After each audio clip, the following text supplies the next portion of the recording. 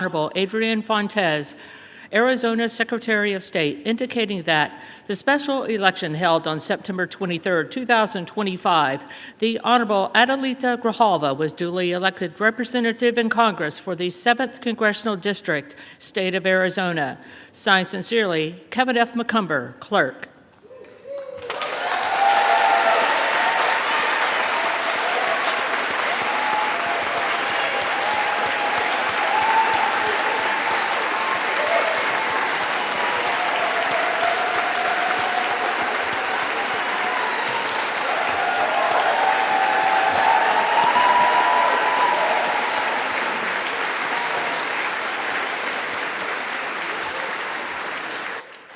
Will Representative-elect Grahalva and members of the Arizona delegation present themselves in the well? And all members will rise. And the representative-elect will raise her right hand.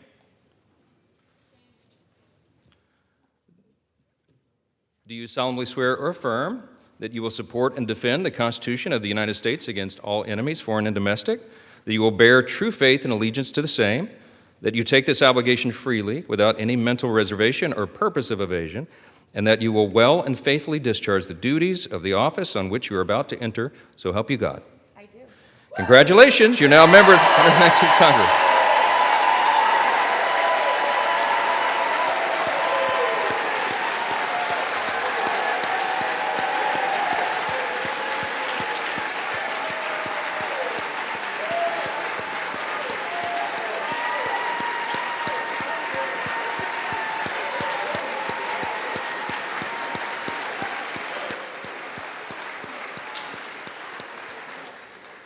Without objection, the gentleman from Arizona is recognized for 1 minute. Thank you, Mr. Speaker. It is my pleasure to rise today to congratulate our newest colleague and fellow Arizonan on her swearing in as the representative from Arizona's 7th Congressional District, Congresswoman Adelita Grahalva. Congresswoman Grahalva has concentrated her career on issues associated and advocating for students and supporting families. As she follows her late father's footsteps, and boy, those are some footsteps, especially with those bolo ties. Wow. I have no doubt she will bring to the halls of Congress the same energy that has defined her years of public service. As Dean of the Arizona Congressional Delegation, I wish to congratulate Congresswoman Grahalva and welcome her to the United States House of Representatives. I now yield to my friend from Arizona, Mr. Stanton. Mr. Speaker, thank you, and thank you to Congressman Gosar, the new Dean of Arizona's State's Delegation. It has been a minute since we've all been together on the House floor. Looking for cobwebs around here. As Dean, Congressman Gosar replaces the late Congressman Raul Grahalva, one of the most impactful leaders in Arizona history.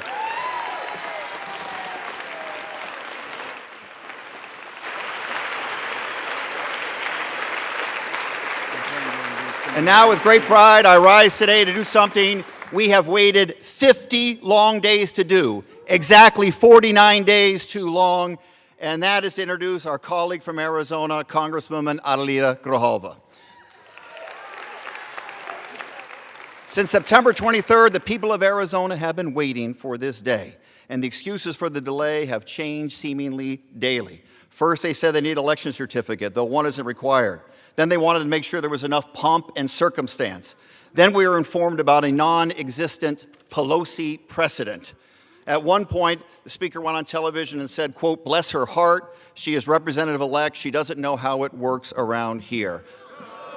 Bless his heart, because here's how it should work. Let's call it the Adelita Grahalva precedent. When the American people vote, this chamber respects their will and seats them immediately. Politics should never come into play.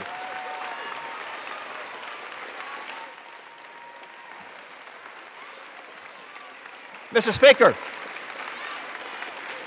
Congresswoman Grahalva is a native Tucsonan, the granddaughter of a bracero who came here from Mexico, the youngest woman ever elected to the Tucson Unified School Board, serving 20 years, then a Pima County supervisor fighting for working families, affordable housing, early child education. She brings that same fight to Congress. The people of Arizona's 7th District placed their trust in her, and today that trust is rewarded, and her first act of Congress will be a powerful one. She will be the 218th and final signature on the discharge petition to force the Trump administration to release the Epstein files, delivering long overdue justice and accountability for hundreds of victims abused by rich and powerful men. She is a smart, principled fighter through and through, Mr. Speaker. It is my honor to welcome and introduce to this chamber Congresswoman Adalita Grahalva.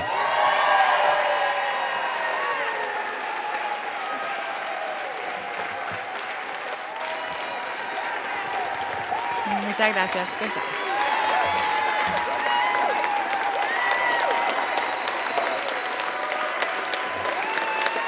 Thank you.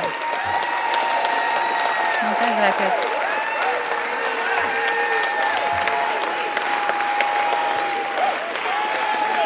Gracias. Thank you. Thank you.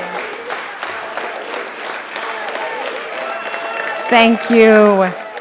Muchas gracias. Thank you so much. Thank you to my colleague and friend, Congressman Stanton, for that kind introduction, and to the entire Democratic delegation from Arizona and the delegation that stood here with me that has supported me throughout this process. I rise today the proud granddaughter of a bracero, a hardworking Mexican immigrant who came to this country for a better life, and I stand as the proud daughter of a U.S. congressman, a man who spent his entire life fighting for justice, equity, and dignity for the most vulnerable. Yeah.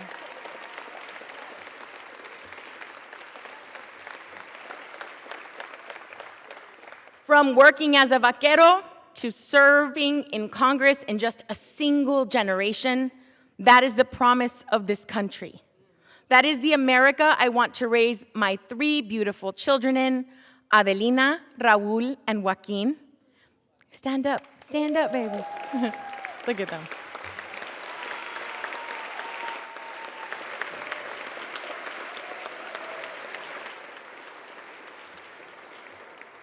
They, along with my amazing husband, Sol, and my wonderful mama, Ramona, are here with me today.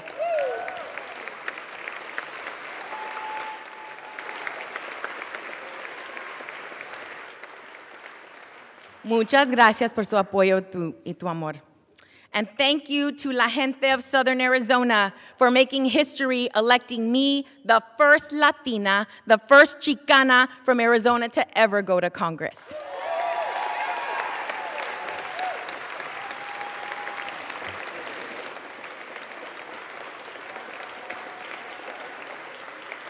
Este momento es histórico para nuestra comunidad. Es un honor ser la primera latina en representar a Arizona en el Congreso y les aseguro que aunque soy la primera, no será la última.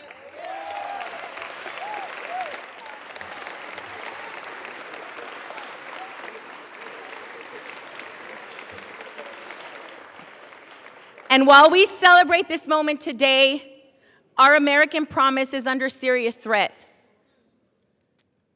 Basic freedoms are under attack. Healthcare premiums are skyrocketing. Babies are being ripped away from their parents by masked agents. We can and must do better.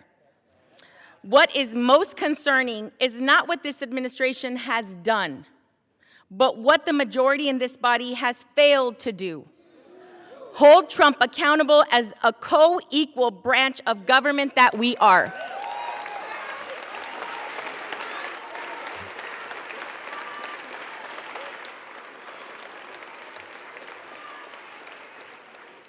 It has been 50 days since the people of Arizona's 7th Congressional District elected me to represent them. 50 days that over 800,000 Arizonans have been left without access to the basic services that every constituent deserves. This is an abuse of power. One individual should not be able to unilaterally obstruct the swearing in of a duly elected member of Congress for political reasons.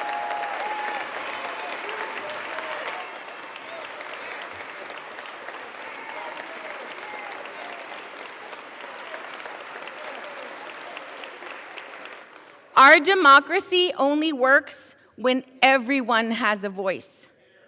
This includes the millions of people across the country who have experienced violence and exploitation, including Liz Stein and Jessica Michaels, both survivors of Jeffrey Epstein's abuse. They are here in the gallery with us this evening. Thank you for being here.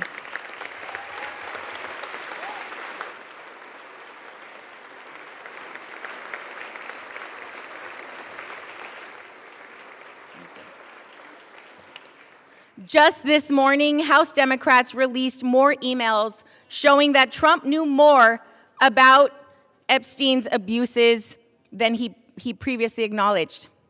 It's past time for Congress to restore its role as a check and balance on this administration and fight for we, the American people. We need to fight for our immigrant communities and veterans. We need to stand up for our public schools, children, and educators. We need to respect tribal sovereignty in our environment. We need to stand up for LGBTQ+ rights, because that's what the American people expect us to do. Fight for them. That is why I will sign the discharge petition right now to release the Epstein files.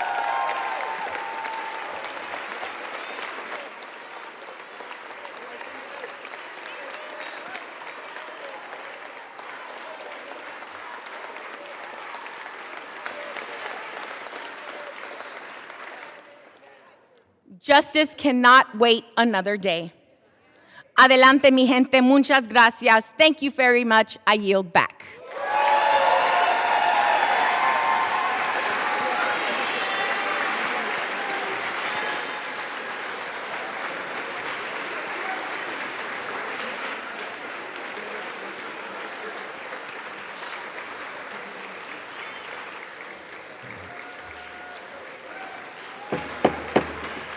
Under Clause 5 of Rule 20, the chair announces to the House that in light of the administration of the oath of the gentleman from Arizona, the whole number of the House is now 433.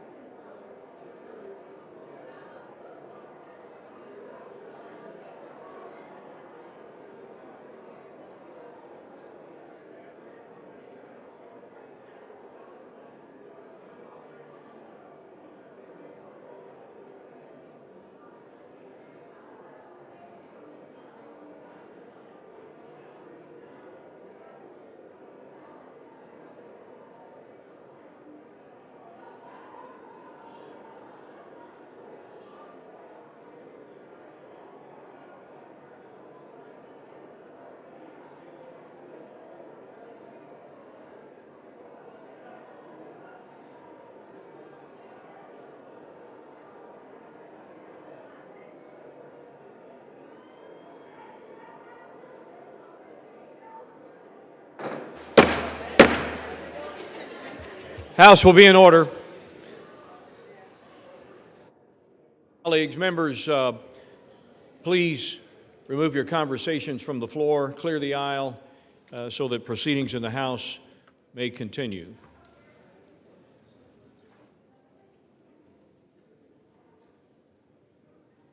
For what purpose does the gentleman from Tennessee rise? Mr. Speaker, I ask unanimous consent that the Committee on the Judiciary be discharged from further consideration of H.R. 4405 and ask for its immediate consideration in the House. Under guidelines consistently issued by successive speakers, as recorded in Section 956 of the House Rules and Manual, the Chair is constrained not to entertain the request unless it has been cleared by the bipartisan floor and committee leaderships.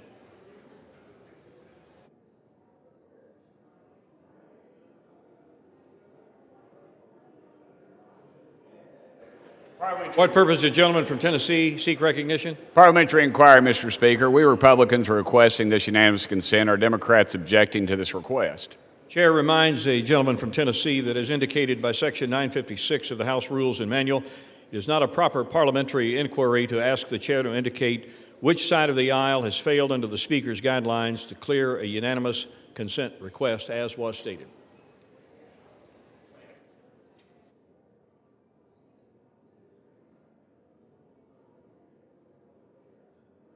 Does the gentlelady from Minnesota seek recognition? Mr. Speaker, by the direction of the Committee on Rules, I call up House Resolution 873 and ask for its immediate consideration. The clerk will report the resolution. House Calendar Number 46, House Resolution 873. Resolved that upon adoption of this resolution, it shall be in order to take from the Speaker's table the bill H.R. 5371, making continuing appropriations and extensions for fiscal year 2026 and for other purposes, with the Senate amendment thereto, and to consider in the House without intervention of any point of order a motion offered by the Chair of the Committee on Appropriations or his designee that the House concur in the Senate amendment. The Senate amendment and the motion shall be considered as read.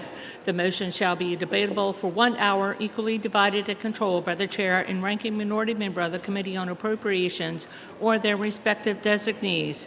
The previous question shall be considered as ordered on the motion to its adoption without intervening motion. House will be in order.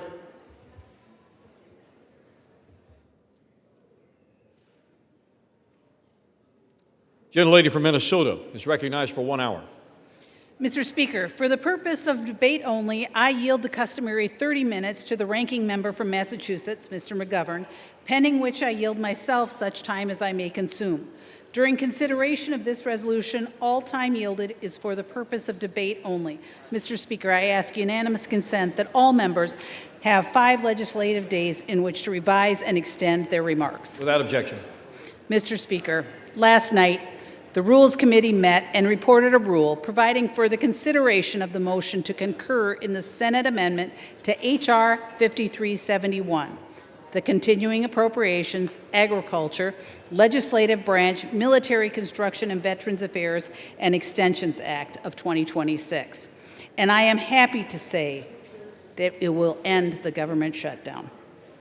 The rule provides 1 hour of debate on the motion equally divided and controlled by the Chair and the ranking member of the Committee on Appropriation or their designees. I rise in support of this rule and the underlying legislation. This bill delivers on our commitment to the American people by finally reopening the government. It delivers on the promises that we have made to our veterans, to our farmers, to our taxpayers. And let's be honest, this government shutdown was completely avoidable. On September 19th, House Republicans passed a continuing resolution that funded critical services and would have given us time to negotiate long-term solutions. It was a yes vote to keep the government open, to pay our troops, air traffic controllers, and federal employees. Every Democrat but one voted no. Every Democrat but one voted to shut the government down. This is not opinion. This is not messaging like Democrats keep trying to spin it. It is a fact that anyone can check the record. Democrats voted against a nonpartisan, clean, CR, free of poison pills and would have continued that would have continued Biden-level funding and kept the government open for negotiations. Democrats chose politics over people. They refused to support a common-sense measure, and American families paid the price. This bill restores stability to our national nutritional programs, which were put under unnecessary strain during the shutdown.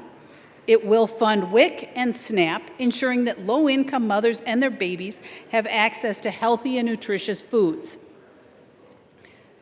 These programs should not have been used as a bargaining chip during the shutdown. Republicans are stepping up to protect Americans and ensure these programs remain stable and funded.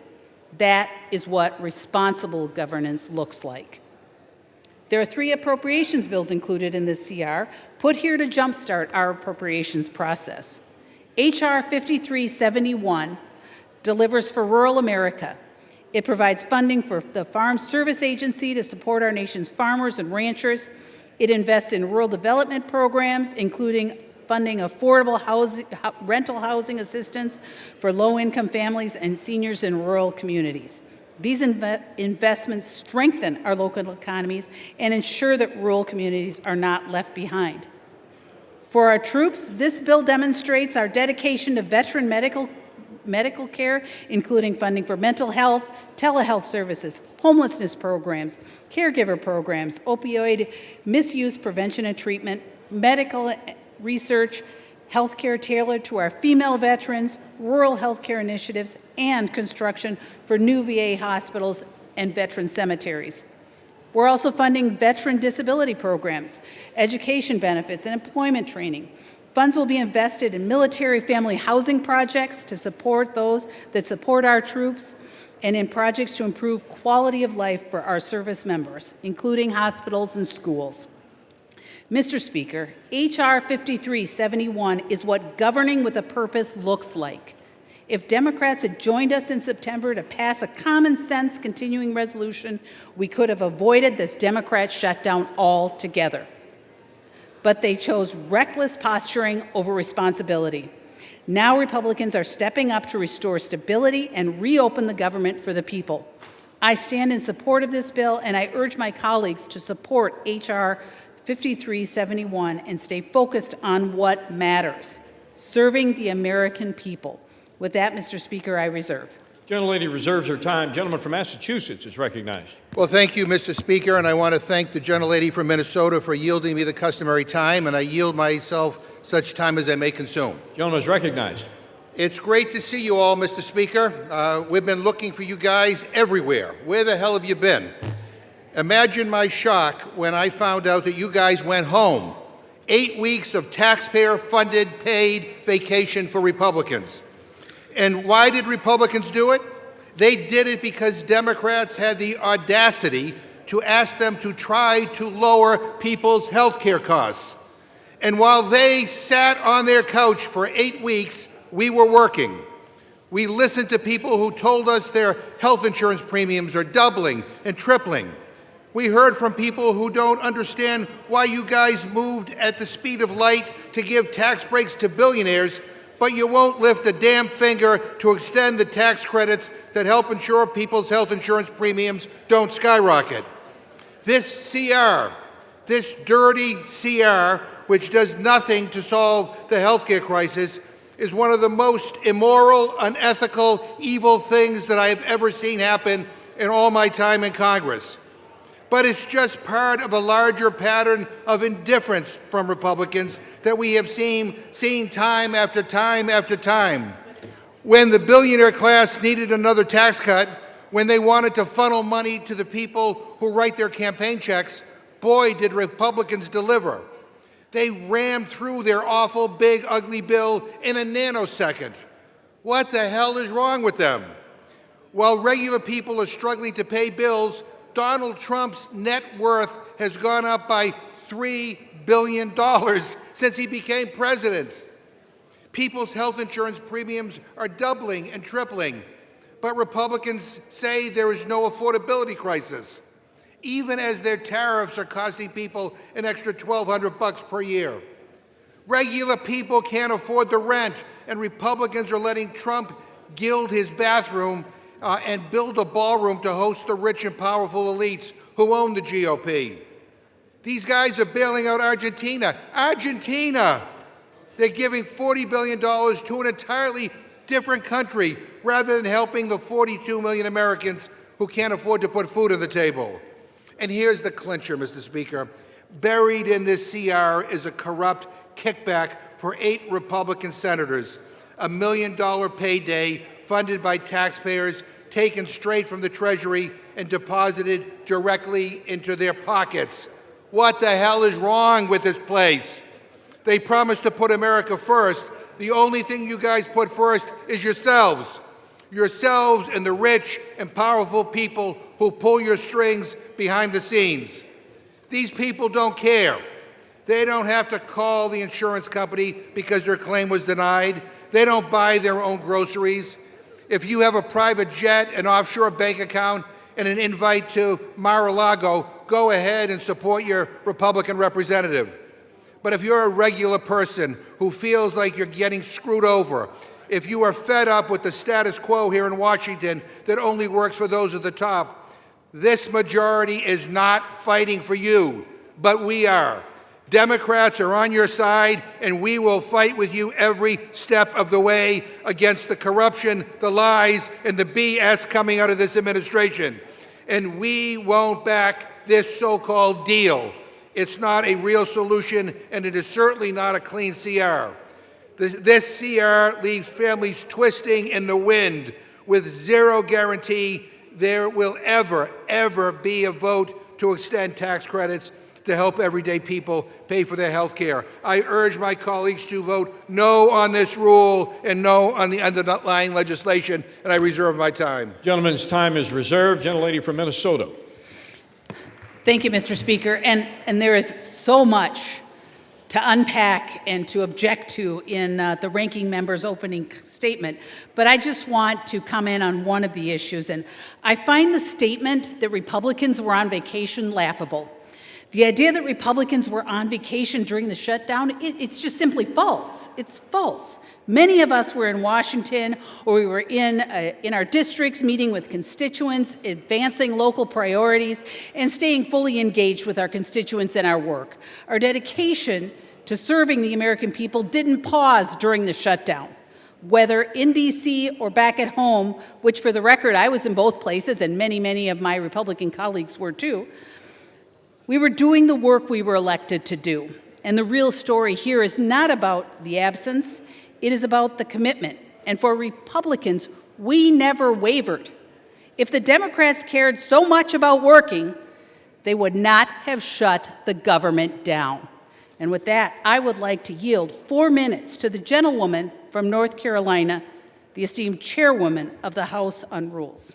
Gentlelady from North Carolina, Ms. Fox, is recognized for 4 minutes. Thank you, Mr. Speaker, and I thank the gentlewoman for yielding. Mr. Speaker, psychologists have a word for the things the Democrats accuse us of: projection. Mr. Speaker, I sure hope you did not watch all 7 hours of the Democrat group therapy session last night in the Rules Committee. But if you did, you saw what a clown show it was. It was a crisp 40 degrees outside when we adjourned at around 1:30 a.m. this morning, but with the amount of hot air being spewed by Democrats in the committee room for 7 straight hours, you would have thought we were in the dead of summer. Mr. Speaker, at this point, I don't think Democrats really agree on anything. Last night and into the early hours of this morning, they showed everyone that they couldn't even agree on what they're angry about. They went off on so many tangents that it would have been a miracle if they arrived at a single coherent thought at any point during our meeting. The American people will see the exact same thing play out from them during this debate and during general debate on the floor later today. Apparently, the only thing Democrats can agree on is that the government needs to stay shut down, and that the American people need to suffer even more than they have already made them suffer. We heard from Democrats repeatedly about the millions of people they believe are going to be affected when their own temporary COVID credits sunset at the end of this year. Their own temporary COVID credits. Did we hear anything about the millions of Americans who got walloped by Democrats when they shut the government down? Did we hear an apology from Democrats to the American people for deliberately misleading them over 40 days? Did we hear an admission that the only reason they shut down the government is to cover up for a catastrophic policy failure that they concocted and set an end date on? No, we didn't hear one of those things. Not one. Mr. Speaker, I'm not surprised. This is the kind of behavior that Americans have come to expect from Democrats. Has anyone ever noticed how Democrats have developed such a visceral reaction when confronted about their abdication of responsibility? They shut the government down, and the moment you call attention to their own actions, all they do is obfuscate and start shrieking about unrelated things. Scientists should study this at length and try to come up with a cure. It's a serious affliction, as was evidenced numerous times over in our Rules Committee meeting. It's well past time to reopen the government and end the Democrat-concocted nightmare that Americans have been living through for over 40 straight days. The CR before us will end that nightmare. It will get this legislative body and the entire nation moving once more. Democrats should grow a spine and accept responsibility for their own failures. I urge a yes vote on the rule, and I yield back. Reserve. Gentlelady from Minnesota reserves her time remaining. Gentleman from Massachusetts is recognized. Mr. Speaker, you got to love these Republicans. The gentlelady from Minnesota says they weren't on vacation. I want to remind her, you haven't voted for 8 weeks. And most people define vacation as you don't have to show up to work and you get paid. That's exactly what Republicans did. They didn't show up to work and they got paid. It was a paid vacation. I now yield 1 minute to the gentlewoman from Texas, Ms. Johnson. Gentlelady from Texas is recognized for 1 minute. Thank you so much. I rise today in strong opposition to this bill. I'm a hell no on any legislation that strips health care away from millions of Texans. In my district, nearly 100,000 of my constituents rely on the Affordable Care Act's tax credits to pay for their coverage. Without these life-saving credits, many of them will go without health care at all. Every day during this shutdown, my office has heard from thousands of families across my district saying, "For the love of God, save my health care." And tucked away in this bill is a brazen payoff, millions of taxpayer dollars funneled to the benefit of a handful of senators, while families are struggling to afford groceries and health care. We are being asked to sign off on a deal that lines the pockets of the very people who wrote it. That is an insult to every hardworking taxpayer who expects honesty from their government. The contrast could not be clearer. Republicans are operating in the currency of cruelty and corruption, while Democrats are fighting with courage and compassion. The American people deserve better, and I will never stop fighting to protect the basic necessities every family needs to survive.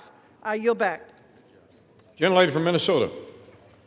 Mr. Speaker, I yield 2 minutes to the gentleman from Georgia. Gentleman from Georgia is recognized for 2 minutes. Thank you, Mr. Speaker. And, you know, the American farmer needs this bill to pass. The American soldier needs this bill to pass. Our air traffic controllers need this bill to pass. The men and women who protect us here in this Capitol and all federal law enforcement need this bill to pass.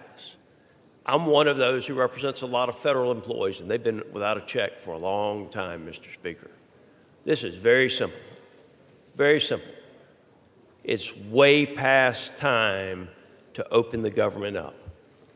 There are going to be a lot of excuses about coulda, shoulda, woulda, and you need to take this provision or that provision out, or they're going to vote to keep the government shut down. Well, let me tell you something. The vote today, it is straight up or straight down. You vote to open the government up today, or you vote to keep it closed. That's all there is to it. Now, as for the provision that's been mentioned a few times about the Senate language, I have introduced a piece of legislation already to repeal the Senate language, and I'm hopeful that we'll have a vote on that as soon as we get back. Mr. Speaker, I yield the remainder of my time. Reserve. Gentlelady from Minnesota continues to reserve her time. Gentleman from Massachusetts. Mr. Speaker, you don't love these guys. I mean, they're all introducing legislation to repeal provisions in a bill that they're going to vote yes on. I mean, you figure that out. Mr. Speaker, the previous question is the House Democrats' last attempt to make a change to this rule before it gets voted on. And I want to use this opportunity to talk about a last-minute provision that was slipped into the CR in the Senate. It's an outrageous giveaway to pad the pockets of 8 Republican senators. And it's one of the most corrupt things I've seen in my life. So if the House defeats the previous question, I will offer an amendment to the rule to consider as adopted an amendment to the continuing resolution offered by Representative Subramanian which would strike the corrupt giveaway out of the text of this bill so it does not make it into law. Mr. Speaker, this is a massive payday for Republicans. It would allow 8 of their senators to shovel millions of dollars into their own wallets. I'm talking cash money, not for their states, not for their constituents, no, for their own personal bank accounts. Why should a United States senator or any party get a special right that nobody else has? No state legislator, no governor, no judge, no citizen in the entire country has this right. But we are creating it for a handful of Republican senators. It is immoral. I'd say it's unconstitutional. It is wrong. And it's probably the most brazen theft and plunder of public resources ever proposed in the United States Congress. And it was tucked into this legislation. And I want to speak directly to Republicans who say they can't vote with us because it will delay the reopening of the government. First off, that's exactly what these corrupt senators were hoping you'd say. Second, we absolutely can send this back to the Senate. They can quickly strip it and send the bill to the president. They finished this package in less than 2 days. This is one small thing that needs to be deleted. It's easy, and it can be done very fast. But, and please spare me the excuses that we'll get this done next week with a new bill. Once this is law, that's it. It is signed into law forever. It will never change. It is permanent, and you voted for it. And Republicans all know that. So don't say you're going to pass some new bill next week to address this. That's just an excuse to do nothing that will fix it. Republicans moved at the speed of light to give tax breaks to billionaires, and the least they can do is give the same urgency to stop this shamelessly corrupt fleecing of the American people. Now, I get it. Trump is suing the U.S. government for $230 million, and I guess these senators want in on the action. They want their own payday, but I've never seen this level of grift, shameless corruption, and theft of public money in my entire life, ever. So, Mr. Speaker, I ask unanimous consent to insert the text of my amendment into the record along with extraneous material immediately prior to the vote on the previous question, and to discuss our proposal. I yield a minute to the gentleman from Virginia, Mr. Subramanian. Without objection on the UC request, the chair will remind the gentleman from Massachusetts and others to please refrain from engaging in personalities toward members of the Senate. Gentleman is recognized. Thank you, Mr. Speaker. Thank you, Ranking Member McGovern. I mean, you know what people hate more than seeing their costs go up? Is seeing their costs go up while corrupt politicians line their pockets with taxpayer money. That's what they really hate, but that's what this bill does. Republican senators slipped into this bill a legal pathway for them to personally receive millions of dollars in taxpayer money for being investigated after January 6th. And the other side talks about fiscal responsibility and says there's no money for health care, but somehow there's taxpayer money for Republican senators.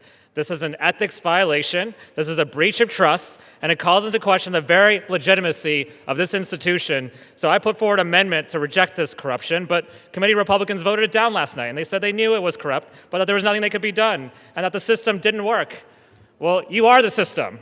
And House Republicans promised to vote on this next week as a standalone bill, but there's no guarantee that the Senate will act. In fact, they probably won't act, right? So you have the power to join us in righting this wrong today. So let's take out this ridiculous kickback. Otherwise, a vote for this bill is a vote for corruption. I yield back. Gentleman yields back. Gentlelady from Minnesota. Thank you, Mr. Speaker. And I never said, Mr. Speaker, that this bill was perfect. And not everyone agrees with the provision, and our colleague from Georgia had just mentioned and is already addressing it.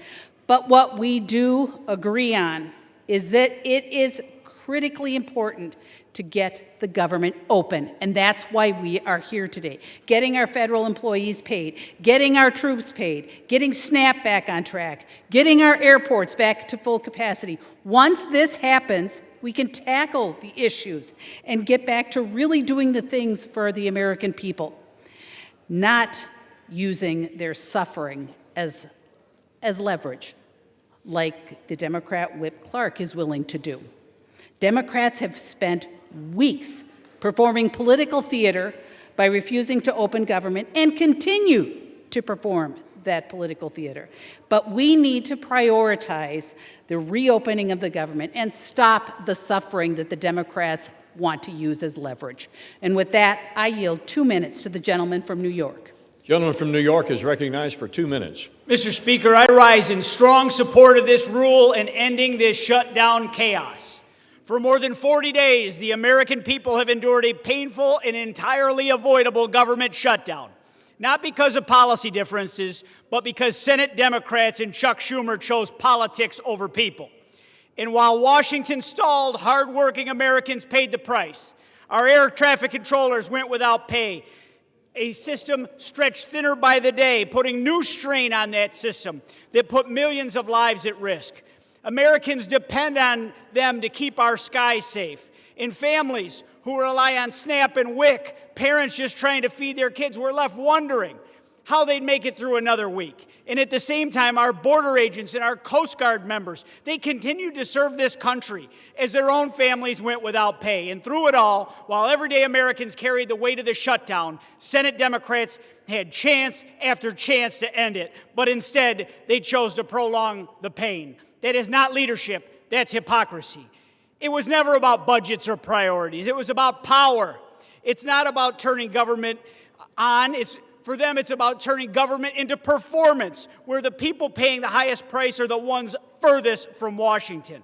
For more than 40 days, families were used as political pawns and props, while those responsible stood in front of cameras pretending to solve the crisis that they created. I actually saw a member from my home state stand at a food bank, decry the fact that nutritional assistance was in question, then swear up and down that they would vote against ending this shutdown. That is the epitome of hypocrisy, and the American people deserve better than that. House Republicans did our job. We passed a clean continuing resolution weeks ago, the same kind of straightforward measure that should have been agreed to immediately to keep this government open. But Senate Democrats blocked that 14 times, prolonging this shutdown just to score points to their woke, angry mob. This measure before us today is the same bipartisan framework they could have passed 40 days ago. The only thing that has changed is the political calendar. So, Mr. Speaker, I urge my colleagues to support the rule, stand with the American people, the families of veterans and public servants who have carried the burden of this shutdown, and let's reopen our government, and let's get this country moving again. And I yield back, Mr. Speaker. Gentleman from Massachusetts. Mr. Speaker, I ask unanimous consent to insert into the record an article from ABC News entitled, "Inflation Climbs to the Highest Level Since January, Beef Prices Soar." Without objection. I request unanimous consent to insert into the record an article from the Washington Post entitled, "From Groceries to Gas, Americans Say They're Spending More Under Trump." Without objection. I ask unanimous consent to insert into the record an article from the New Republic entitled, "No, You're Wrong. Trump Spirals When Pressed on Rising Food Prices." Without objection. I ask unanimous consent to insert into the record an article from the New Republic entitled, "Trump Admits He Doesn't Care About Affordability as Economy Plunges." Without objection. I ask unanimous consent to insert into the record an article from MSNBC entitled, "Not a Big Issue, Republicans Shrug as Consumers Confront Healthcare Sticker Shock." Without objection. I ask unanimous consent to insert into the record an opinion article published in MSNBC entitled, "Trump's Argentina Bailout Once Again Puts America Last." Without objection. I ask unanimous consent to insert into the record an article from PBS entitled, "Trump Administration Working on Doubling Argentina Financing to $40 billion." Without objection. I ask unanimous consent to insert into the record an article from Forbes entitled Presidency Boosts Trump's Net Worth by $3 Billion in a Year. Without objection. I ask unanimous consent to insert into the record an article from People.com entitled Donald Trump hosts Great Gatsby-themed Halloween party as 42 million Americans brace for SNAP benefits to expire. Without objection. I ask unanimous consent to insert into the record an article from the New York Times entitled Trump's Latest White House Makeover, the Lincoln Bathroom in Marble and Gold. Without objection. I ask unanimous consent to insert into the record an article from The Nation entitled The Bill to End the Shutdown is Full of Giveaways to Republicans. Without objection. And Mr. Speaker, I yield myself 15 seconds. Gentleman is recognized for 15 seconds. I'm sorry that the gentlelady thinks that trying to stop people's health care premiums from doubling and tripling and quadrupling is political theater, but we don't. And I don't have time to address all the BS coming from my colleagues across the chamber, but it's clear that this Republican leadership is not only failing to deliver on their promises, they're selling out at the expense of the basic needs of the American people. I reserve. Time is reserved. Gentlelady from Minnesota. Mr. Speaker, I yield 2 minutes to the gentleman from Texas. Gentleman from Texas, Mr. Roy, is recognized for 2 minutes. Thank the gentleman from Arkansas. I thank the gentlelady from Minnesota. And here we are on September 19th. House Republicans passed legislation which would have funded government through November 20th. Here we are on November 12th, and we are basically where we would have been had we just passed the bill that we passed in September. And what did we get for all of that? What happened over all these days? Well, my colleagues on the other side of the aisle were searching for a reason for voters to support them next November. They were searching for a cause. And we know this because there was intervening elections and a lot of rhetoric, but no result.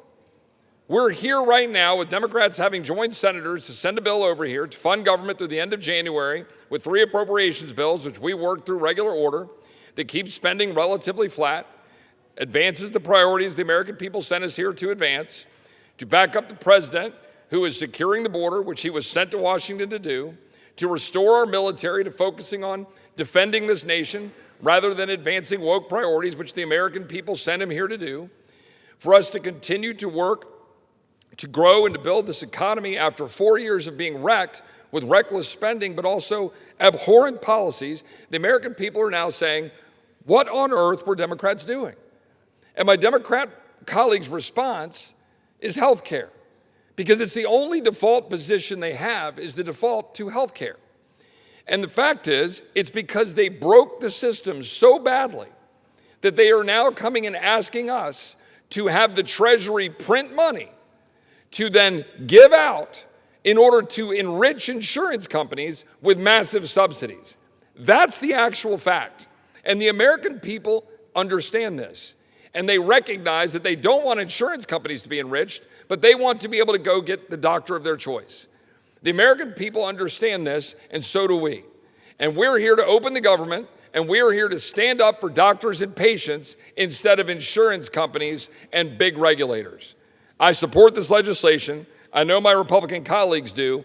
The question really is, will Democrats, or will they wish to perpetuate the shutting down of government to enrich insurance companies? I yield back. Expired. Gentleman from Massachusetts. Well, a couple of things, Mr. Speaker. I don't think we want to be lectured by somebody who, over the years, has been the king of government shutdowns and who worked for a United States senator that pushed for a government shutdown and to object to the Affordable Care Act. But by the way, I just want to make it clear to everybody, this is a Republican shutdown. They control the White House, they control the House, they control the Senate. You know, this government shut down because they don't want to negotiate. It's their way or the highway. This is a Republican shutdown. They own it. I now yield 1.5 minutes to the gentleman from Maryland, the distinguished ranking member of the Judiciary Committee, Mr. Raskin. Gentleman from Maryland is recognized for 1.5 minutes. And thank you, Mr. Speaker. Thank you, Mr. McGovern. This bill, which they now call imperfect, contains the single most corrupt provision for legislative self-dealing that anyone in this chamber today has ever voted on.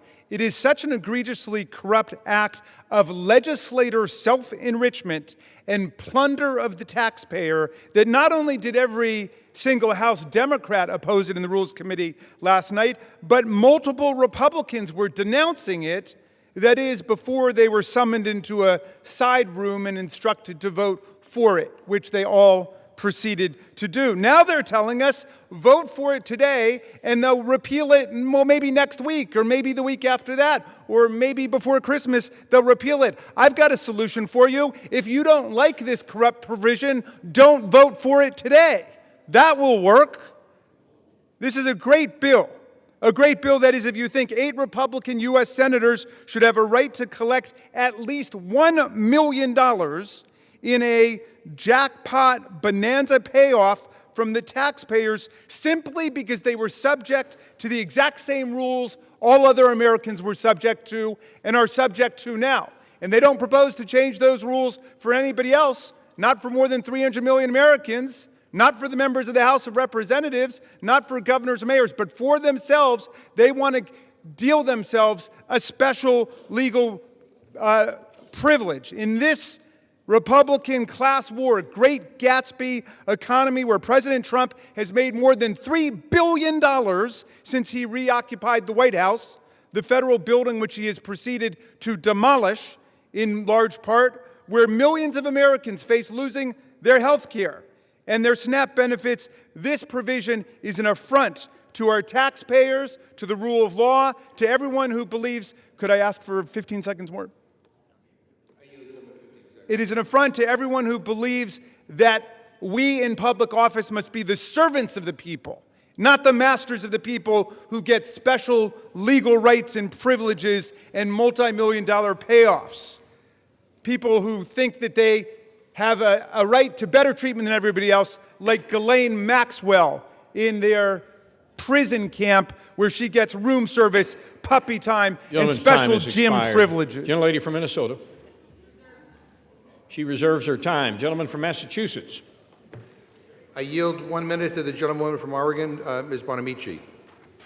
Gentlelady is recognized. Thank you, Mr. Speaker. I rise today in opposition to this continuing resolution. I will not support a bill that will continue the Republicans' assault on Americans and their pocketbooks. At a time when Oregonians and Americans are already struggling with rising costs, this bill locks in devastating cuts to health care and drives up the cost, in many cases significantly. The assault on health care and the Republican shutdown more broadly, they're further proof that the first 10 months of this Trump administration have been chaotic, harmful, and completely out of touch with the needs of the American people. Donald Trump held an extravagant Great Gatsby party at Mar-a-Lago the night before SNAP benefits expired, while the administration and Republicans continue to ignore the needs of working families. That's not governing. They've abandoned their responsibility to bring down costs and grow the economy. And Mr. Speaker, this bill was already bad, but now they added this corrupt, get-rich-quick scheme to give hundreds of thousands of taxpayer dollars to Trump-aligned senators. That is outrageous. Oregonians and Americans deserve better. My colleagues should listen to their constituents, vote no, and come back to the table and join us in the work to make health care affordable and accessible to all. I yield back. Gentlelady from Minnesota, with 14 and 1/2 minutes remaining. Thank you, Mr. Speaker. And Mr. Speaker, I yield 2 minutes to the gentleman from North Carolina. Gentleman from North Carolina is recognized for 2 minutes. Mr. Speaker, I rise today as we are in the process of ending the longest government shutdown in our nation's history, and to affirm that this Congress will get back to leading America into her next golden age. Over 40 days, that is how long the government has been closed. For over 40 days, Democrats here in this body and in the Senate have chosen chaos over our country. They chose to shut the government down because politics demanded it, not policy. The elites who dominate their party's decision-making are the ones least impacted by its decisions. Were the far-left activists and Democrats here in this body the ones not getting paychecks? No.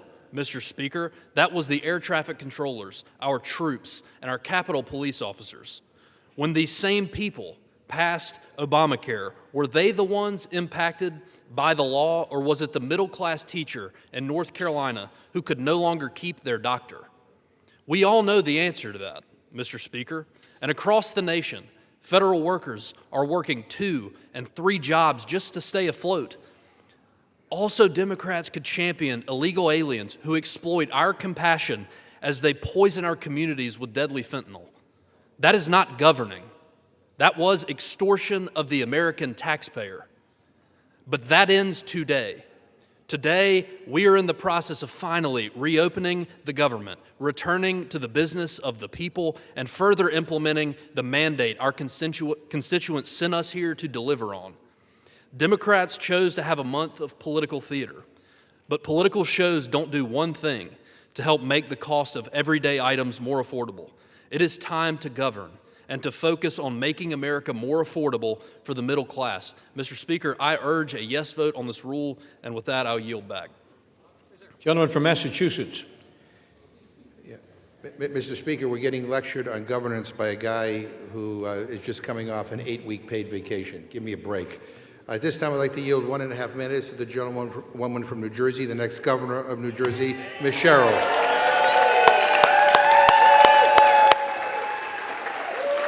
The gentlelady from New Jersey is recognized for 1.5 minutes. Mr. Speaker, I rise in opposition to a rule for a bill that does nothing to protect over 450,000 New Jerseyans who will see their health care premiums skyrocket. I took my first oath to the Constitution when I was 18 and went to the Naval Academy. It's an oath to serve, to run toward the fight. And so I ran for Congress after I saw Washington Republicans attacking the Affordable Care Act. I promised I would take on the status quo. I would fight the big fights, because that's what people expect of their leaders. That's what people deserve from their leaders. And I'm proud of the wins that I've delivered as your representative for New Jersey's 11th District. Capping the cost of insulin and prescription drugs for seniors, funding the Gateway Tunnel, the PACT Act for veterans, flood mitigation projects, delivering for Picatinny Arsenal. You have trusted me, New Jersey, and last week you placed your trust in me again, electing me your 57th governor. So I ran on a similar promise, to take on anyone and stop at nothing to lower cost and build opportunity for everyone. This will be my last speech in this chamber. I intend to submit my resignation next week and turn to protecting all of New Jersey. So my parting message to Jersey is, thank you. To my staff, thank you for your dedication to serving the 11th District of New Jersey. To my colleagues, do not let this body become a ceremonial red stamp from an administration that takes food away from children and rips away health care. 30 seconds. Gentlelady's given another 30 seconds. That rips health care away from people and takes food away from children. To the country, stand strong. As we say in the Navy, don't give up the ship. Thank you, and I yield back.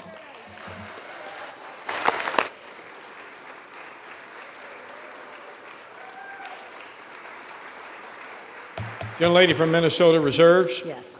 Gentleman from Massachusetts. Mr. Speaker, I yield 1 minute to the gentleman from Rhode Island, Mr. Magazzino. Gentleman from Rhode Island is recognized for 1 minute. Mr. Speaker, House Republicans are back from their 54-day taxpayer-funded vacation. But don't get me wrong, they do know how to work hard. When billionaires wanted tax breaks, they moved mountains to make it happen. When Argentina needed a $40 billion bailout to help Trump's buddy, they moved quickly to make it happen at the White House. But when working people need help, when millions of Americans are seeing their health insurance costs double and triple, and Americans all across this country are feeling like they're going to have to go without health insurance for the first time in their lives because they can't afford it anymore and have to make that terrible decision about which of their family members they're going to cut off of their insurance, House Republicans are nowhere to be found. When Donald Trump's stupid tariffs are raising the price of groceries, the cost of coffee is up 40% over the last year, House Republicans are silent. When working people need help, they are absent. Shameful. So they will work when billionaires need tax cuts, when Argentina needs a bailout, but when working people need relief, they go on a taxpayer-funded vacation. Shameful, Mr. Speaker. Vote no on this budget. Do not cut the health care of the American people, and I yield back. Gentlelady from Minnesota. Thank you, Mr. Speaker, and I yield 1 minute to the gentleman from New York. Gentleman from New York is recognized for 1 minute. The reason we know this is a Democratic shutdown is because of how angry they are that we're about to reopen the government, period. That's all you need to know. In 2023, Jerry Nadler said shutdown is really an extremist policy designed to appeal to an extremist base and hold the whole country hostage. That is exactly what the Democrats have done over the last 43 days. They have held the American people hostage, trying to extract insane things like free health care for illegal immigrants. If they were serious about tackling the health care affordability crisis in this country, then they would address the fundamental problem with Obamacare. Since Obamacare took effect, health care premiums have risen by 96%, and on the open market by 114%.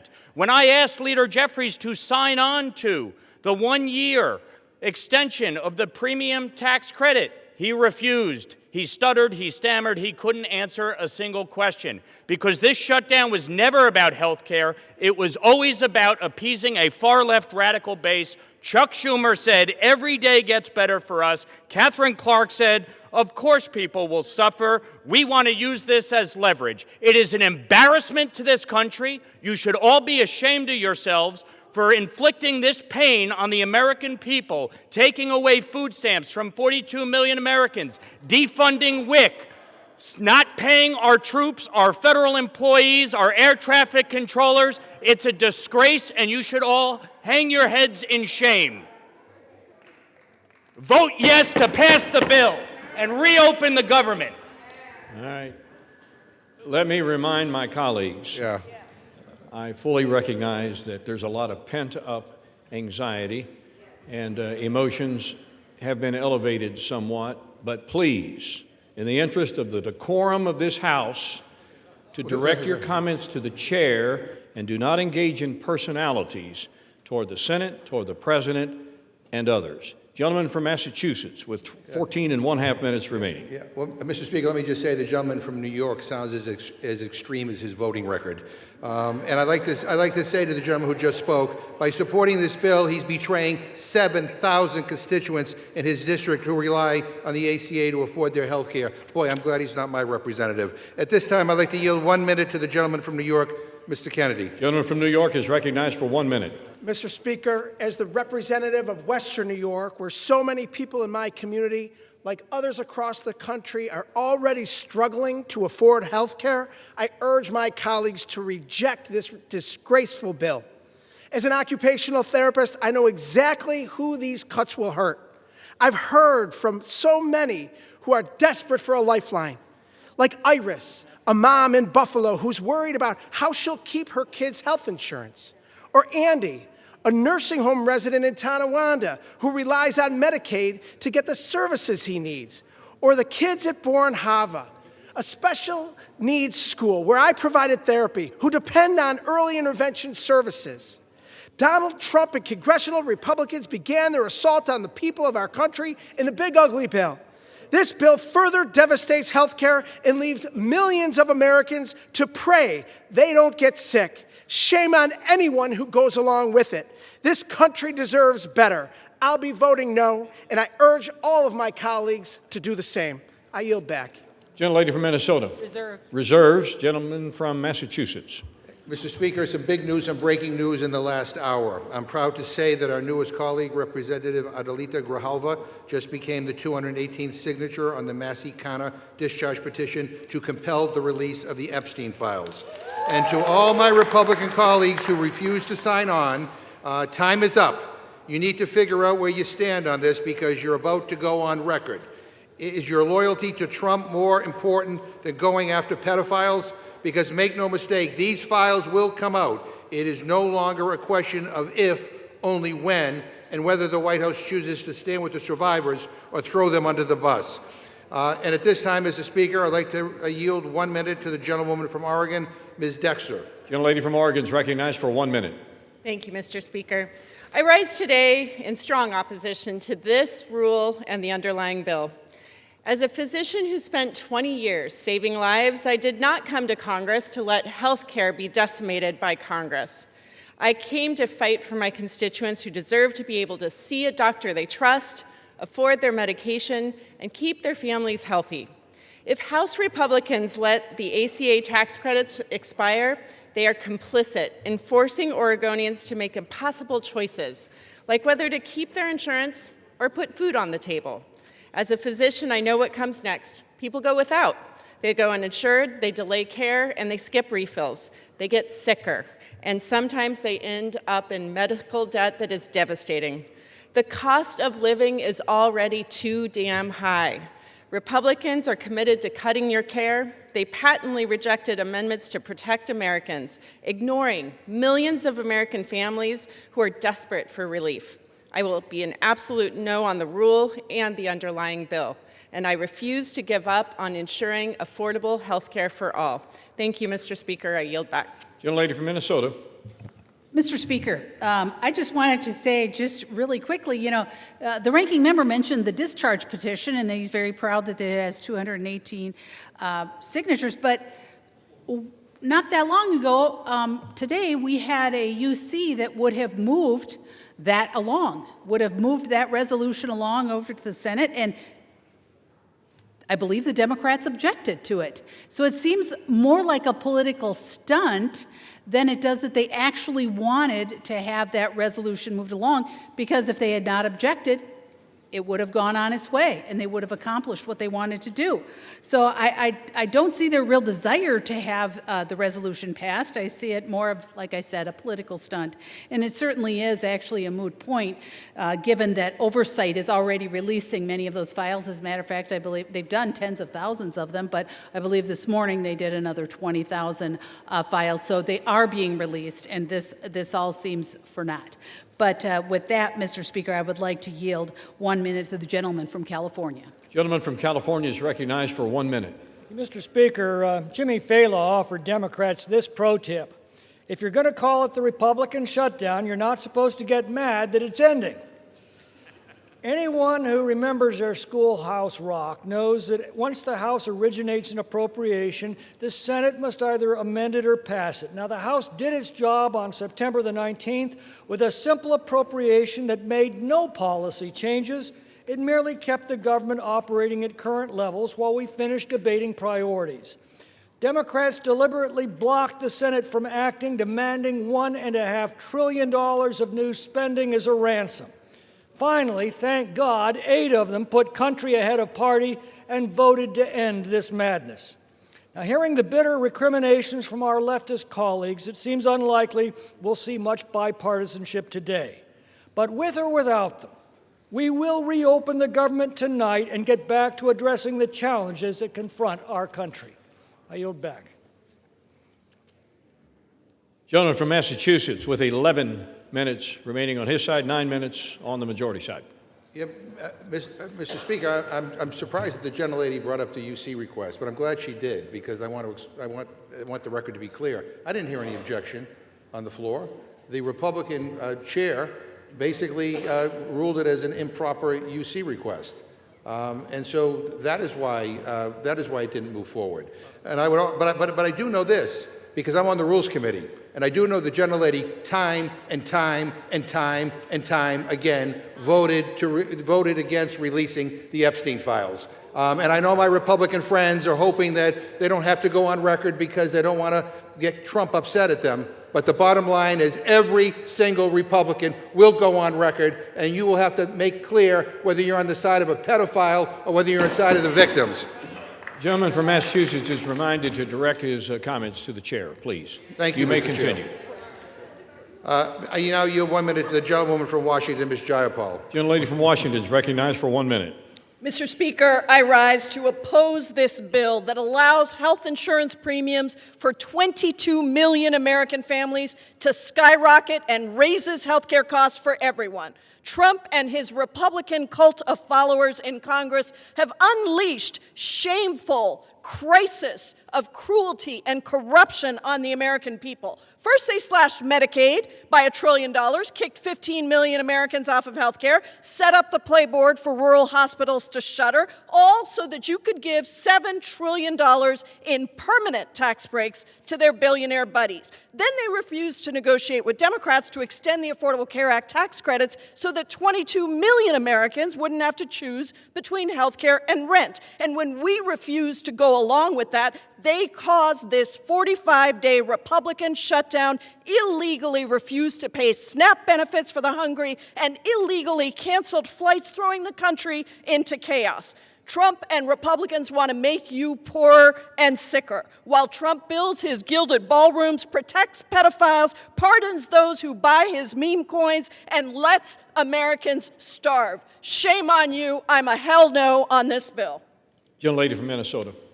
Mr. Speaker, I yield 2 minutes to the gentleman from Tennessee. Gentleman from Tennessee is recognized for 2 minutes. Mr. Speaker, I rise today to oppose the Senate's provision that allows senators to make financial gain off illegal government surveillance. 3 things can be true at once, Mr. Speaker. The first truth is this: the shutdown has to end. The American people and countless Tennesseans I represent are suffering and experiencing real pain. This record-breaking Schumer Democratic shutdown was completely avoidable, and it was completely carried out for political purposes. The second truth is that the last administration, led by Joe Biden and his auto pen, unfairly surveilled conservatives and conservative members of Congress. That included sitting United States senators. Yet, Mr. Speaker, the third thing I would note is that the American taxpayer has suffered enough because of the last administration. No one in this body should support allowing senators to sue and collect from taxpayers because the FBI went rogue under President Biden. But don't get me wrong, the overreach is more than troubling. It's unfathomable that the Department of Justice was weaponized in this way. I fully support holding those radical agents accountable and the ongoing investigations into their misdeeds. Yet no elected official should profit from the political calculation of left-wing bureaucrats and judges. Mr. Speaker, the folks I represent are still reeling from historic Bidenflation, the effects of the border crisis, and the regulatory agenda of the last administration. It is shameful to ask them to shoulder the burden of paying U.S. senators $500,000 or more for those misdeeds. With that, I yield back, Mr. Speaker. Gentleman from Massachusetts. Mr. Speaker, I yield 1 minute to the gentleman from Texas, Mr. Green. Gentleman from Texas is recognized for 1 minute. And still I rise, Mr. Speaker. I rise to call to my colleagues' attention that they are no longer claiming that this is a clean CR. The truth is that it is a dirty, filthy, stealthy CR that has been contaminated with millions of dollars for people who have not earned it, but rather who want to take it from the taxpayers of this country because they have concluded somehow that they have been harmed when no harm has been proven or brought to our attention. I believe that health care for all is important because we in the Congress have the best health care in the world. Yet people with the best health care in the world do not see fit for persons who need it, who are among the least, the last, and the lost, to acquire health care, something that they have. Health care is becoming wealth care for too many people in this country. We need to extend the subsidies. We need to make sure that everybody who can get to a doctor gets care. This is not a poor country. I refuse to take a poison pill and have you tell me that I'll regurgitate it next week. The poison pill. Gentleman's time has expired. Gentlelady from Minnesota reserves. Gentleman from Massachusetts. I inquire how many more speakers the gentlelady has, because she doesn't seem to have very many. I believe we have one more, Mr. Speaker. Okay. All right. We have several.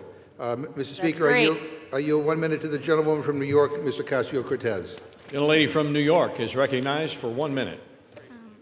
It is great. It is great that Democrats have a line of people who are willing to fight for working class Americans from coast to coast in this country.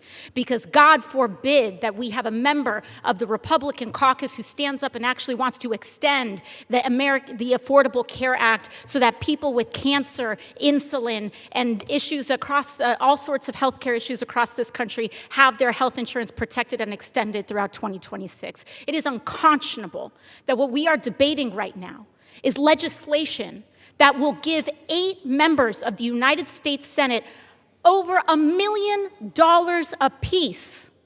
And we are robbing people of their food assistance and of their health care to pay for it.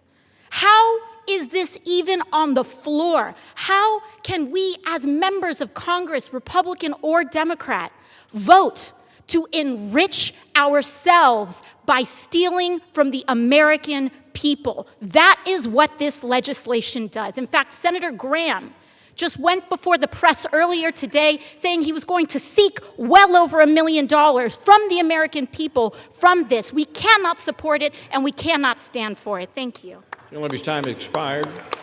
Gentlelady from Minnesota. Thank you, Mr. Speaker. And I just wanted to point out to some of my colleagues that, you know, the Democrat government shutdown stopped the SNAP benefit. So if they were very concerned about those, about making sure that people had their nutritional assistance, they wouldn't have shut down the government, because that is what caused it. And with that, Mr. Speaker, I yield 1 minute to the gentleman from Texas. Gentleman is recognized for 1 minute. Thank you, Mr. Speaker. It was great to hear from the new leader of the Democrat Party, Mrs. Alexandria Ocasio-Cortez. Unfortunately, we didn't also get to hear from their other leader, Mr. Zoran Mamdani. Mr. Speaker, I'm going to be proud this evening to vote to reopen the federal government. House will be in order. Mr. Speaker, for 40 days, the Democrats shut our government down to pursue unrealistic policy proposals that they know the American people do not want. Mr. Speaker, the American people do not want health care for illegal aliens. They do not want our tax dollars funding left-wing media outlets, and they do not want to drive up our debt $1.5 trillion as part of a short-term continuing resolution. Mr. Speaker, the last 40 days have been nothing but pure political nihilism, and I'm glad that this nightmare is over so that we can get back to work on behalf of the American people. Thank you, Mr. Speaker. I yield back. Gentleman from Massachusetts. Gentleman from Massachusetts. I reserve. Gentleman reserves his time. Gentlelady from Minnesota. Reserve. Reserves. Who seeks time? Well, Mr. Speaker, let me first of all just say to the gentlelady, this is Republican shutdown. It didn't need to happen. All you need to do is extend the ACA tax credit so that people wouldn't get screwed on their health insurance bills. But I also point out to her that the President of the United States illegally withheld SNAP benefits.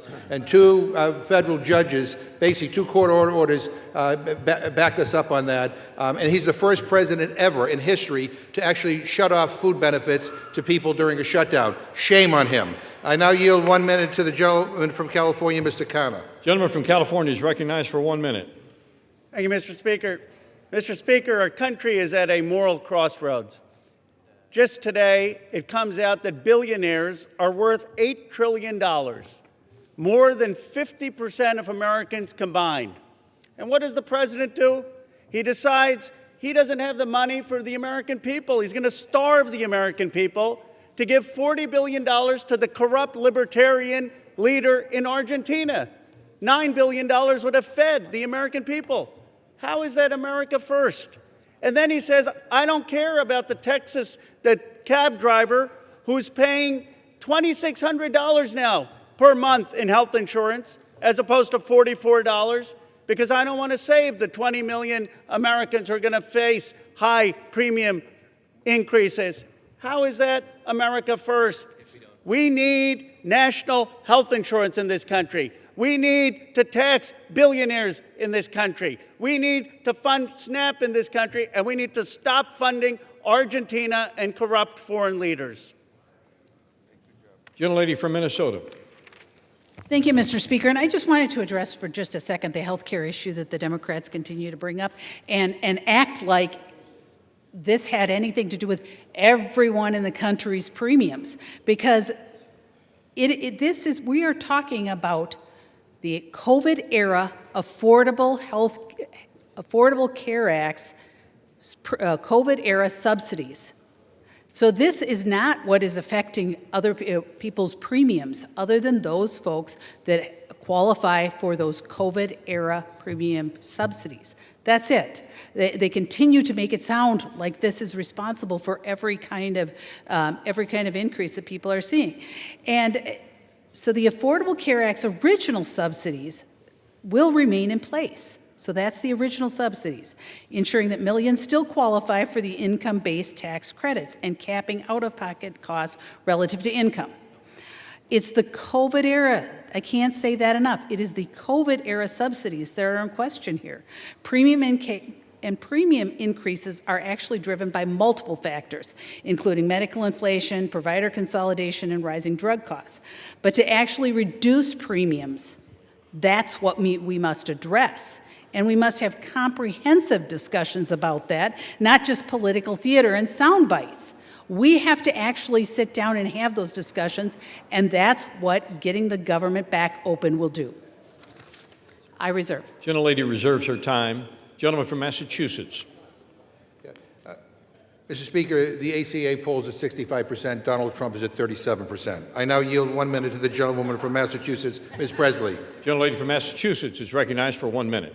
Mr. Speaker, I rise today on behalf of every elder who can't afford their prescription, every parent who went to work hungry so their child could eat. In the United States of America, there is no lack of resource, only a deficit of empathy, political will, and courage. At its best, government is a backstop, a compassionate steward of the public good. At its best, government catches people when they stumble in a moment of hardship. At its best, government does right by the people, all the people. Struggle does not discriminate, Mr. Speaker. Hardship is not a character flaw and has zero to do with work ethic. Every single person is one diagnosis, one layoff away from hardship. Life can change at an instant. What we are bearing witness to is not only a lack of political courage, but it is a fundamental betrayal of the people. Incompetence and indifference to the suffering of our constituents and our neighbors. The shame and the sham of it all.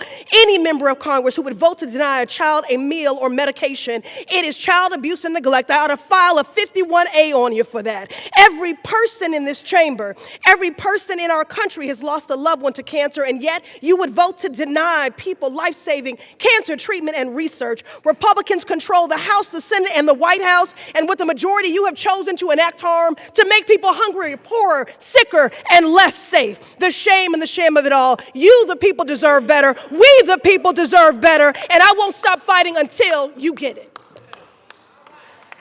Gentlelady from Minnesota. Prepared to close.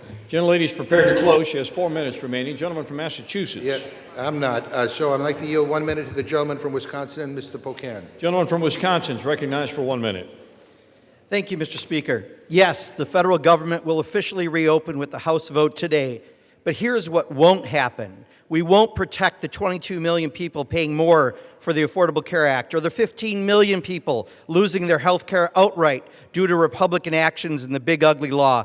Nor will we stop the health care rate increases for everyone in this country.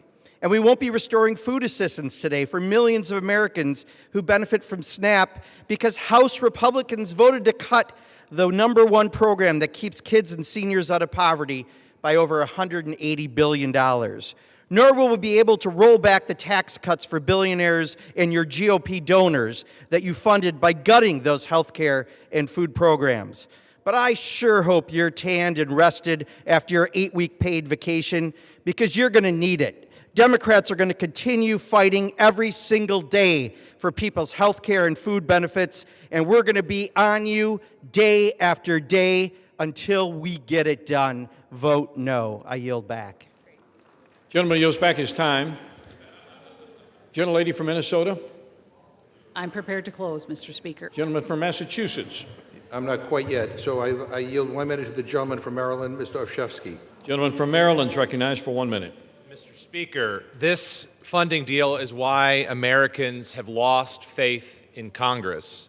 It does absolutely nothing to address the crushing cost of health care in what amounts to a massive tax hike on working families. It does absolutely nothing to stop President Trump from canceling the very funding we would provide, something he's already done again and again. But here's what it does. It allows senators to write themselves, and only themselves, million-dollar checks because their phone records were legally subpoenaed, checks paid for by American taxpayers. It's corruption at a whole new level. With bribery and insider trading, someone breaks the law. Here, Congress is writing a law that protects and funds corruption. It's brazen and disgusting in an effort to legalize corruption. And anyone who votes for this CR is complicit in that corruption.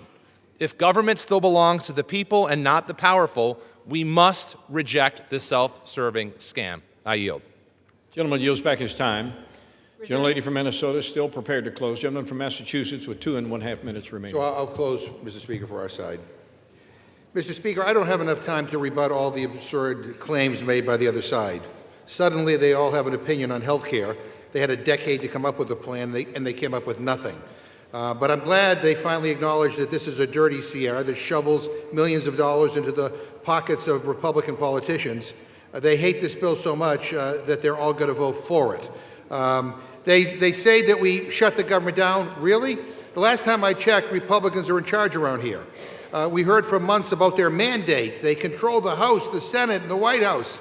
They have a duty to keep the government open, and they failed.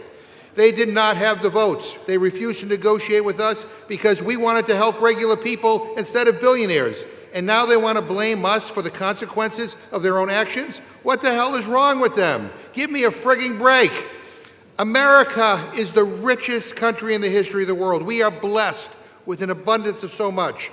There should not be an affordability crisis. Every single person in this country should be able to have a good job, a living wage, affordable food and health care, and have a shot at a better future. That's what I'm fighting for. That's what we're fighting for. That's how I want to make America great. That's the Democratic vision for what this country could be. And from a moral perspective, from a set of values, we believe it is immoral to have a system that gives so much to just a few billionaires while depriving so many of the basic things they need to live a good life. And it is clear to me after this debate that Republicans do not share those same values. And I'm going to fight like hell. We are going to fight like hell because I believe in America. We believe in America. And we believe that the hopes and the dreams of the American people will prevail. And with that, I yield back. Gentleman yields back his time. Gentlelady from Minnesota with 4 minutes remaining to close. Thank you, Mr. Speaker. And as we wrap up this debate, I want to take a moment to cut through the noise from our colleagues, from our colleagues on the left. Instead of focusing on the legislation before us, they're resorting to fear tactics and tossing out false claims about what this shutdown is really about. The CR would have kept the government open to continue and finish the appropriations process. And yet, the Democrats refused and instead chose to shut down the government.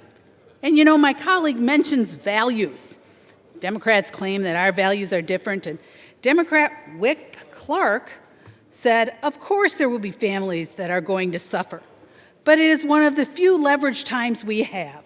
So if that's the values they're talking about, I don't share those values. I won't make the American people suffer, whether it be their SNAP payments, whether it be keeping air traffic controllers paid, whether it's paying our troops. Making the American people suffer is not the values that I share. And for the record, Republicans did not cause this shutdown, and we've not been on vacation. I've been splitting my time between D.C. and the district, as I mentioned before, meeting with constituents in both, meeting with federal agencies, hosting a teletown hall, and I know how hard my Republican colleagues have been working for their constituents and the American people. It was the Democrats who shut down the government when they refused to support a clean CR that would have kept the lights on and protected critical services. And now it's the Democrats who continue to shift the blame. Now, getting back to the issue at hand, let's talk about what this bill actually does. H.R. 5371 restores the funding for SNAP and WIC. It reimburses the contingency reserves to make sure that programs remain stable and reliable. Actually, President Trump moved $300 million of tariff revenue to fund WIC during the shutdown. Republicans are the ones protecting food security and not playing games with it. This bill also delivers for our farmers and ranchers and for rural development and invests in the community that feed this country and keep the economy strong. It supports our troops and federal workers. It ensures our service members and their families have the support they need, and it honors the promises we have made to those who have served. And yes, it reopens the government, restores stability, and resumes regular order. So let's be honest about what a yes vote means. A yes vote is a vote for veterans care. A yes vote is a vote for SNAP and WIC. A yes vote is a vote for $700,000 a fire engine in Ranking Member McGovern's district, and $1 million for the Navajo Nation Community Development Division in Representative Ledger Fernandez's district. A yes vote is for farmers.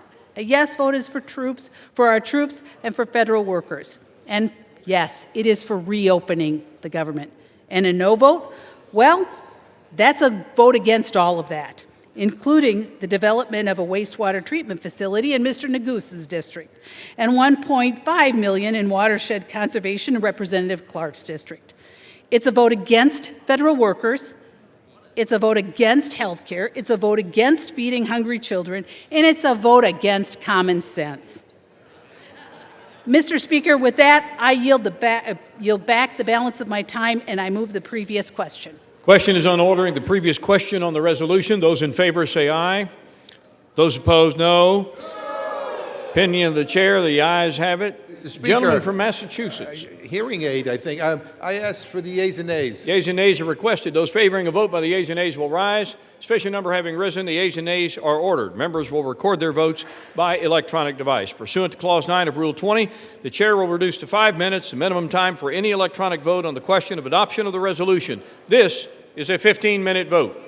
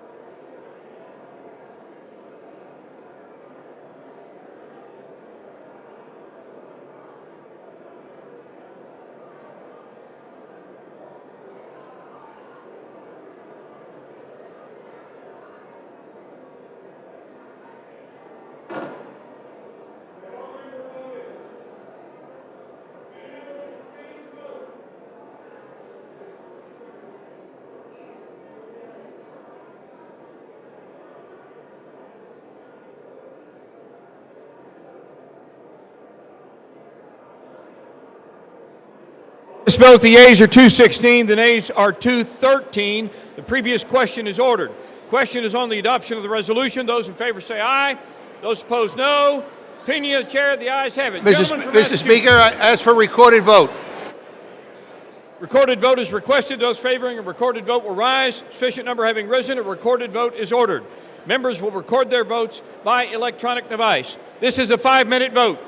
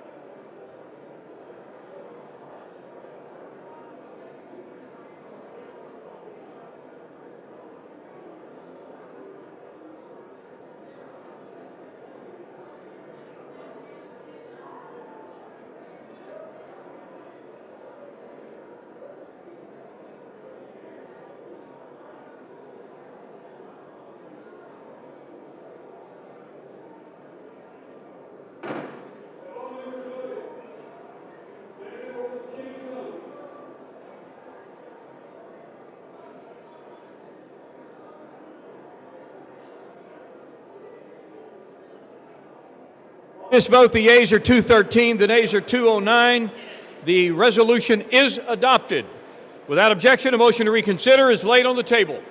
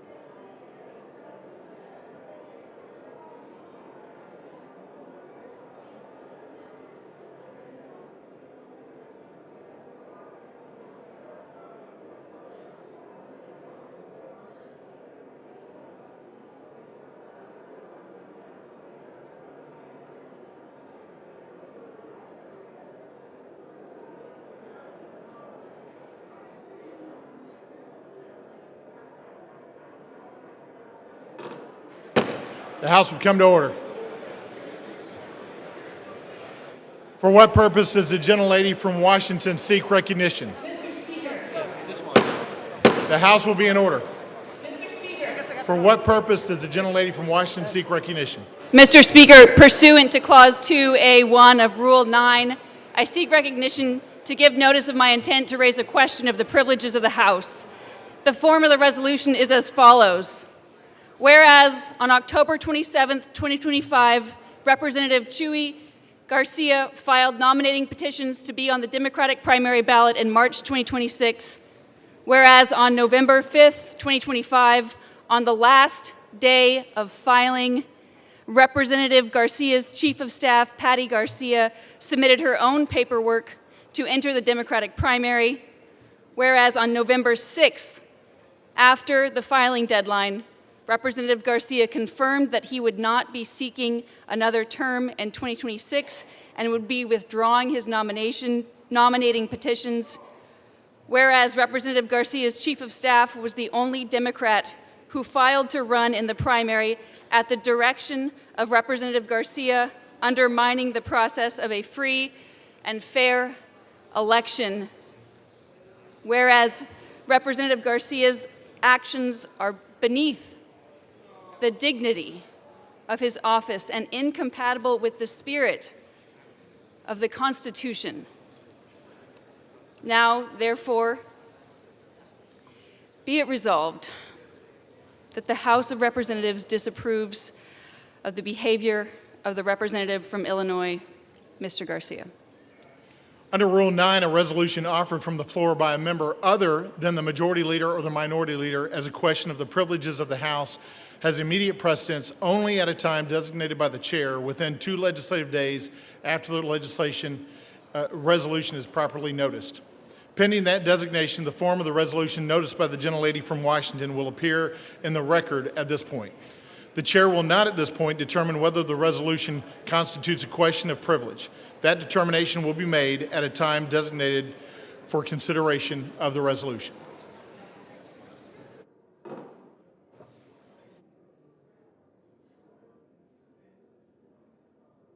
The House will be in order.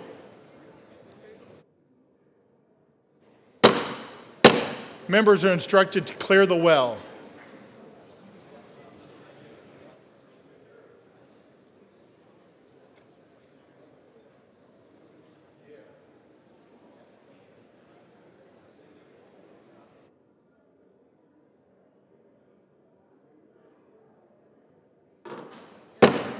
The House will be in order and members will clear the well. For what purpose does the gentleman from Illinois seek recognition? Mr. Speaker, pursuant to House Resolution, I'm sorry? Who did?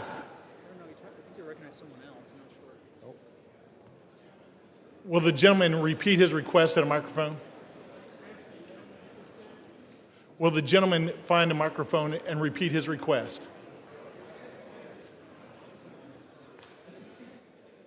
Mr. Speaker, I would like to ask unanimous consent to address the body, the will. Not recognized for that purpose. Thank you, Mr. Speaker. I'd like to thank. Recognized. I'd like to thank the Honorable. Hello. The House will be in order. The well will be cleared. All members will clear the well. For what purpose does the gentleman from Oklahoma seek recognition? Up the bill H.R. 5371, the Continuing Appropriations, Agriculture, Legislative Branch, Military Construction, and Veterans Affairs and Extension Act of 2026, with the Senate amendment thereto, and I have a motion at the desk. The clerk will report the title of the bill, designate the Senate amendment, and designate the motion. H.R. 5371, an act making continuing appropriations and extensions for fiscal year 2026 and for other purposes. Senate amendment. Mr. Cole of Oklahoma moves that the House concur in the Senate amendment to H.R. 5371. Pursuant to House Resolution 873, the motion shall be debatable for 1 hour, equally divided and controlled by the chair and ranking minority member of the Committee on Appropriations or their respective designees. The gentleman from Oklahoma, Mr. Cole, and the gentlelady from Connecticut, Ms. DeLauro, each will control 30 minutes. The chair now recognizes the gentleman from Oklahoma. The House will be in order. The gentleman is recognized. Thank you, Mr. Speaker. Mr. Speaker, I ask unanimous consent that all members have 5 legislative days to revise and extend their remarks and include extraneous material on the measure under consideration. Without objection, so ordered. The House will be in order. All members are instructed to take their conversations outside.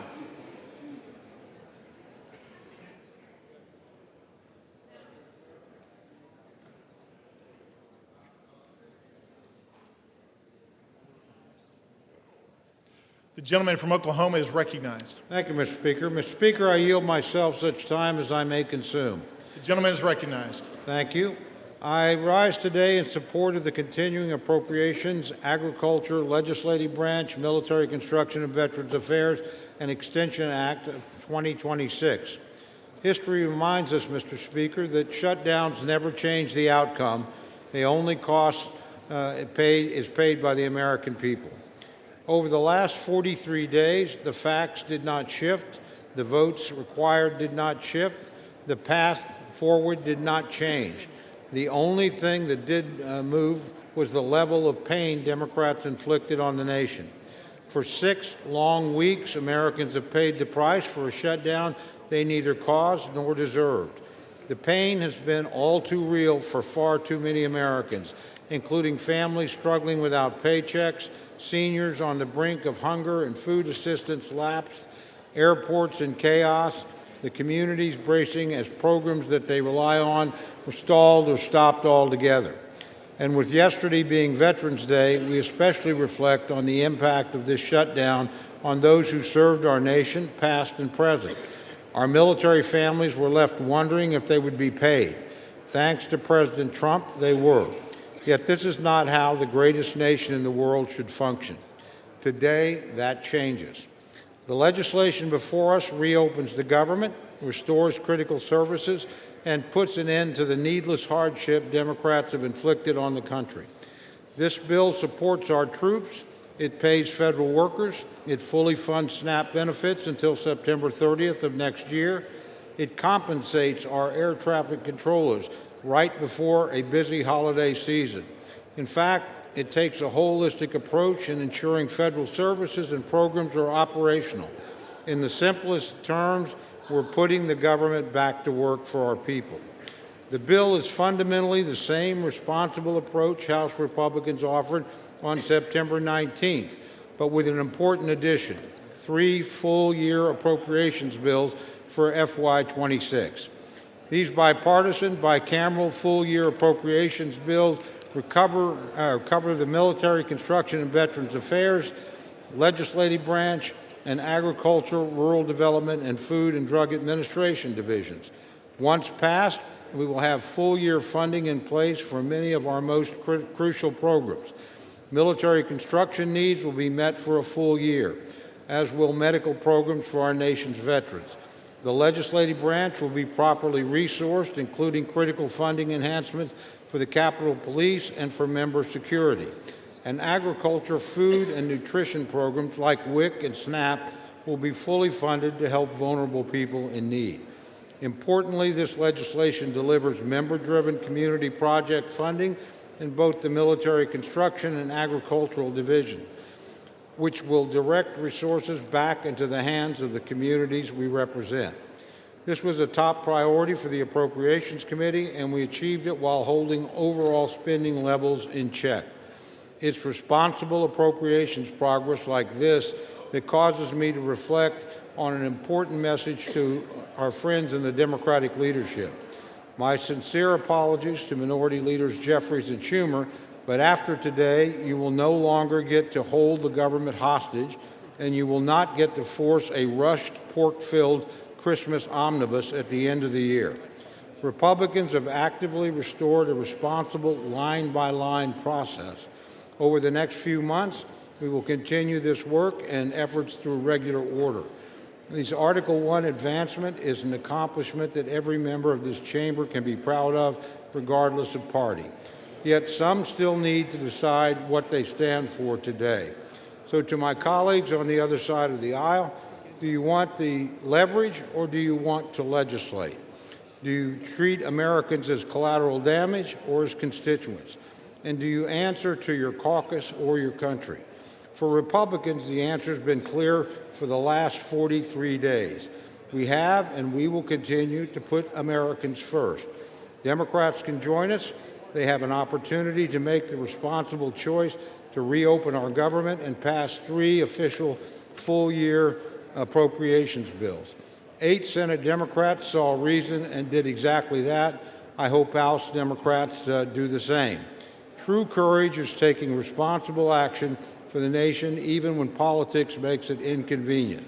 Let's reopen the government and get back to work. With that, Mr. Speaker, I reserve the balance of my time. The gentleman from Oklahoma reserves. The gentlelady from Connecticut is recognized. Thank you, Mr. Speaker. The House is not in order. Thank you. House will be in order. Thank you very much, Mr. Speaker. I yield myself 7 minutes. The gentlelady is recognized. I rise in opposition to this bill that does nothing, not one thing, to address the Republican health care crisis amid a cost of living crisis. More than 20 million Americans will have to pay double, even triple their monthly insurance premiums in just a matter of weeks. And this bill leaves families without even a glimmer of hope that their costs might go down. Energy prices are up, grocery prices are up, housing costs are up. When 2/3 of American workers are living paycheck to paycheck, you can understand why the most important issue on their minds is affordability. What does President Trump say? And I quote, affordability is a con job, end quote. How out of touch can you be? Mr. President, start to listen to the American people, not your millionaire, billionaire friends. President Trump and my Republican colleagues refuse to address this issue. They continue to avoid it. They were so intent on avoiding it that they shut down the government instead of dealing with it. Speaker Johnson has indicated that he will not deal with it. He has shown no interest in holding a vote on extending the health care subsidies, which would prevent monthly costs from soaring. Republicans have tried to say they will deal with this problem their own way, but they have no plan. They are trying to repeal the Affordable Care Act, as they have been trying to do unsuccessfully for 15 years. However, they are poised to succeed, which is why it is so important for this continuing resolution to fail. President Trump and Republicans, their plan is to drive up prices for everybody, compounding the cost of living crisis.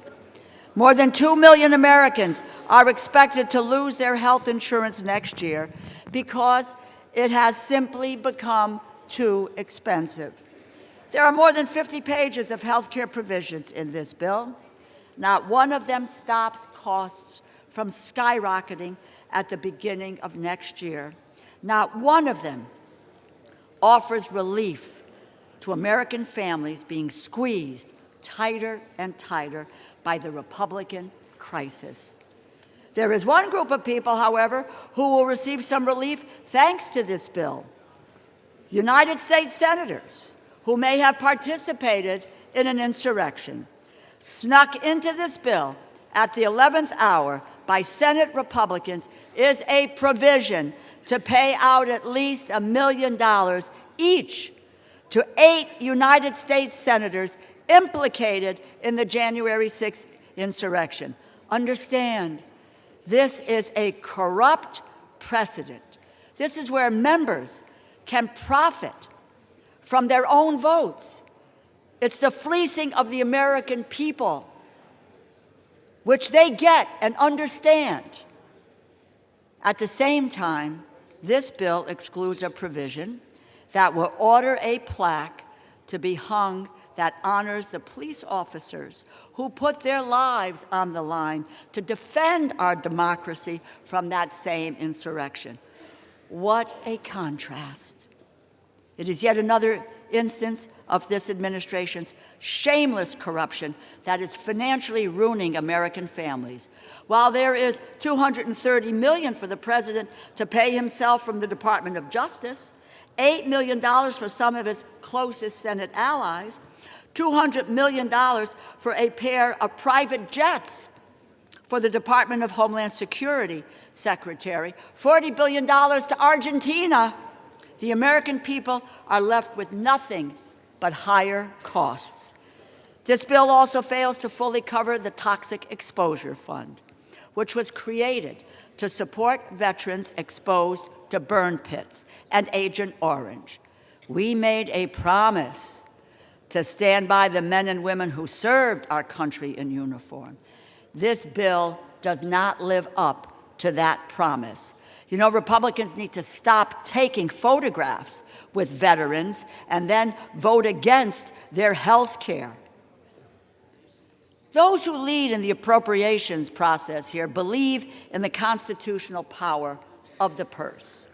And over the past month, President Trump has been firing federal workers en masse. And when his administration has failed there, they have made life so miserable for federal workers that they had no choice but to leave. Federal workers should be, and I quote, traumatically affected.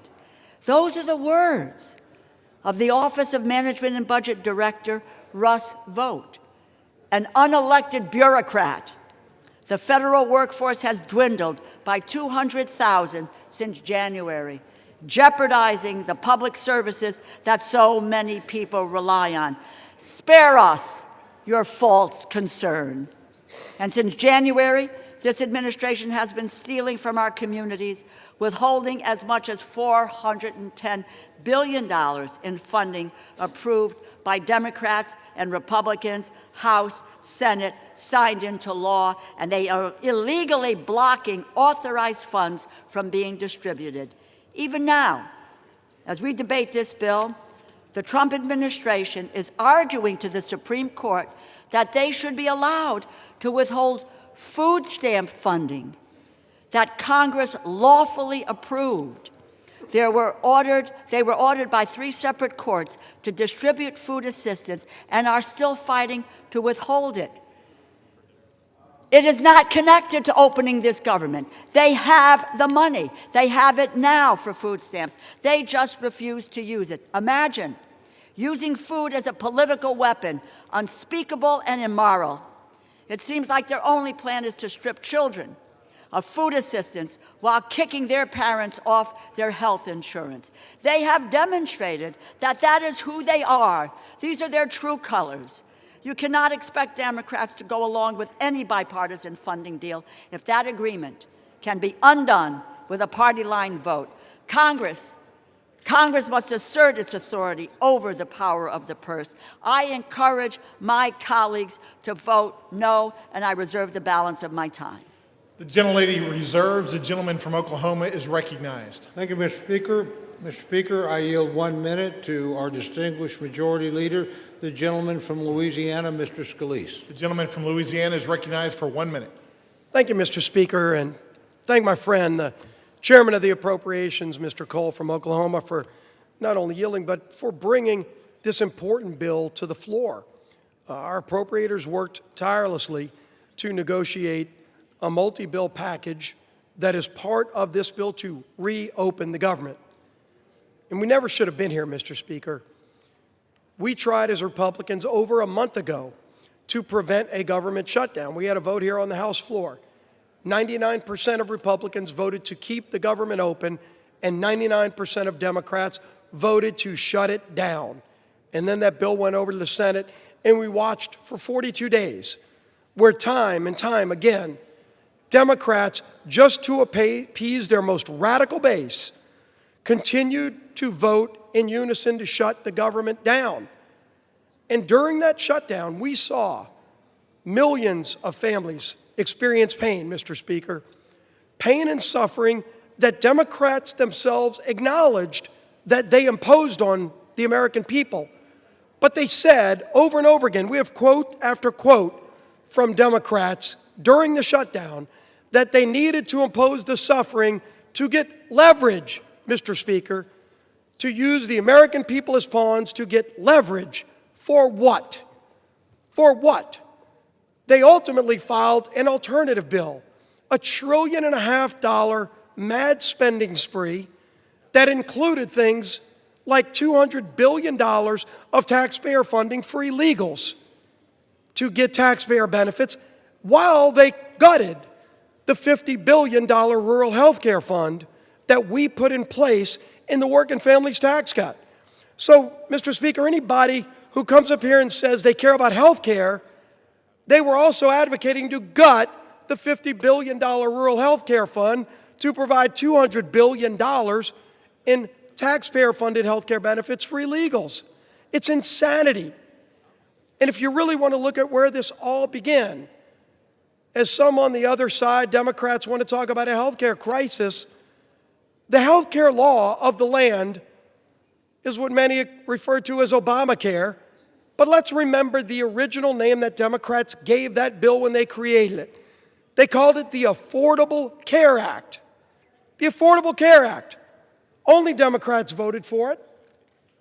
Republicans knew it was going to be anything but affordable. It was going to interfere with the doctor-patient relationship, and unfortunately it's done that. But if you want to talk about affordable, and maybe the only other bill that's more laughable in its name is the Inflation Reduction Act.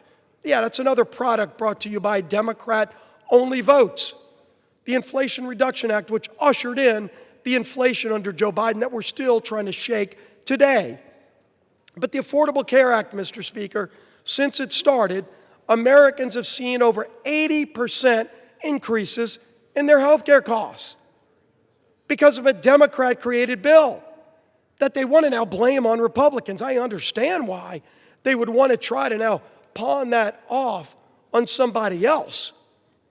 But then if you look over time, during COVID, they created a temporary relief fund, not to individuals, Mr. Speaker, but to insurance companies. Democrats created a temporary, they called it temporary in the law, temporary COVID relief tax credit to insurance companies to bail out big insurance companies who are seeing record profits, and that's now what they want Republicans to renew. An insurance company bailout that Democrats created to be temporary. They set it up to expire. And now they're saying that the world's going to end if that insurance company bailout doesn't get renewed. While at the same time, when we as Republicans worked to actually lower premiums for families, they fought it every step of the way. That's right. We had a bill that we passed through this House just a few months ago in the Working Families Tax Credit. Part of that bill was called the cost share reduction, was scored by the CBO to lower premiums for families by over 12%. And what happened? It gets over, and by the way, every Democrat voted against that too, because they've never cared about lowering premiums. Then that bill gets over to the Senate. Senate Democrats worked overtime to get that provision removed. And if you go look at Senate Democrat Budget Committee website, they still brag that they removed that provision that would have lowered premiums for families. So, absolutely, Republicans have worked and will continue, by the way, to work to lower premiums for families. But make no mistake, the high premiums that everybody faces today are a result of the inaptly named Affordable Care Act and the many failures associated with it. But this bill today is about ending the misery Democrats created on families. That is just about funding the government, not about solving other problems that we should be working to solve, but about getting the government back open while not holding the American people hostage. And that, Mr. Speaker, is what has disgusted the American people most during this shutdown. That should have never happened, but it's that it has caused real suffering for American families. Our men and women in uniform that had to wonder whether or not they're going to get paid. Air traffic controllers who already had a highly stressful job and then had to show up for work without getting paid. Multiple paychecks missed. Now you're seeing, because a lot of those air traffic controllers have to go work jobs as Uber drivers. They aren't even being able to show up for work because they still have bills due, their rent's due. They're trying to put food on their table, and Democrats want to vote no tonight to keep denying them food. The 42 million SNAP recipients, those people that are low income that need those food benefits, if you vote no today, you are voting to deny those 42 million low-income families basic food needs. Don't talk about how much you care about low-income people and vote no tonight to deny them food, basic services, basic things that American families need who shouldn't be part of the leverage Democrats want to show their radical base that they're fighting Donald Trump because they're upset with the results of the election from November. It is time to end this madness, Mr. Speaker. Let's get this government back open. Let's go negotiate our differences, which are many, but let's do it while not continuing to hold the American people hostage. I urge my Democrat colleagues who have voted relentlessly to shut this government down and to impose this suffering on the American people to stop. Stop imposing the suffering. Let's open the government. Let's get back to the work of the American people. I yield back the balance of my time. The gentleman from Louisiana yields back. Does the gentleman from Oklahoma reserve? I do, Mr. Speaker. The gentleman reserves. The gentlelady from Connecticut is recognized. I remind the Majority Leader that a 60-year-old couple earning $82,800 per year, annual premiums will rise by over $17,000, a 255% increase. It now gives me great pleasure to yield 3 minutes to the gentleman from Georgia, the distinguished ranking member of the Agricultural and Rural Development Subcommittee, Mr. Bishop. The gentleman from Georgia is recognized for 3 minutes. Thank you, Ranking Member DeLauro. As Ranking Member of the Agriculture, Rural Development, and FDA Subcommittee, I rise to oppose this bill, though it does represent, for the most part, solid bipartisan work to provide investments in agriculture in rural America. I am disappointed that the rest of it falls far short of the needs of most Americans. Healthcare providers and patients are frustrated and frightened by the imminent skyrocketing of healthcare costs caused by the loss of the ACA tax credits and cuts to Medicaid, Medicare, and life-saving biomedical research. My constituent, Angela Holmes, is unable to walk without debilitating pain. She's worried that without tax credits, she won't be able to afford health insurance to complete the multiple back surgeries she needs. For many Georgians, health care is a matter of life and death. Our Republican colleagues could have corrected this in the Rules Committee, but they rejected an amendment last night that would have lowered health premium costs. To me, that's unconscionable. So are the administration's actions during the shutdown. As a Christian, I'm outraged that USDA used the shutdown to illegally withhold SNAP from 42 million Americans. USDA had the chance to do the right thing and use designated contingency funds, but rejected it. And when ordered to do so by the courts, they fought all the way to the Supreme Court to keep hungry families from receiving food. America produces the highest quality, safest, most affordable, and abundant food, fiber, and medicine anywhere in the world. To that end, this bill provides many welcome investments.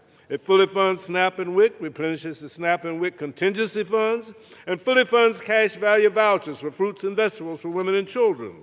It also helps rural America by providing $1 billion in single-family direct home loans, $120 million over the House level, and funding water and wastewater programs at $446 million, both issues that Democrats tried to address in full committee. The bill provides $1.8 billion for the Agricultural Research Service, $1.6 billion for NIFA, protecting farmers, small businesses, and families against President Trump's budget request to eliminate land-grant university research and extension activities across the country.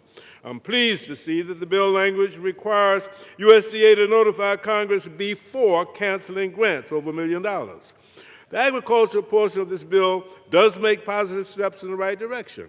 The bill discards many of the harmful policy riders, which in the House bill, yet it does not go far enough to negate House language falsely questioning the safety of mifepristone and encouraging FDA to explore liability protections for certain infant formula manufacturers, over which the agency has absolutely no jurisdiction. And while the overall funding package may reopen the government for a month or two, this bill does not address the breach of trust this administration has demonstrated since January. They fail to follow the law, and we cannot trust that they will even execute this bill if we vote on it today. The gentleman's time has expired. They have 15 seconds. 15 seconds. The gentleman is recognized for an additional 15 seconds. They fail to follow the law, and we can't trust that they'll execute the law. They cut SNAP by 20% in the big ugly bill this summer, dismantling funded federal programs, fired federal workers, and illegally ignored court orders. This bill fails to address the health care crisis, and bipartisan outrage has erupted over language in the bill to pay millions of dollars of taxpayer dollars to a handful of senators whose phone records were subpoenaed in relation to the January 6th investigation. It's a bad bill. The gentleman's time has expired. The gentleman yields back. Does the gentlelady from Connecticut reserve? The gentlelady reserves. The gentleman from Oklahoma is recognized. Thank you, Mr. Speaker. Mr. Speaker, I recognize yield 2 minutes to my very good friend, distinguished gentleman from Texas and distinguished chairman of the Military Construction and Veterans Subcommittee of the Appropriations Committee, Mr. Carter. The gentleman from Texas is recognized for 2 minutes. Thank you, Mr. Speaker, and I want to thank my longtime friend, colleague, and the chairman of the Appropriations Committee, Mr. Cole, for yielding me the time. I rise in support of H.R. 5371 and look forward to reopening the government. The shutdown has gone on long enough, and it's time to end it.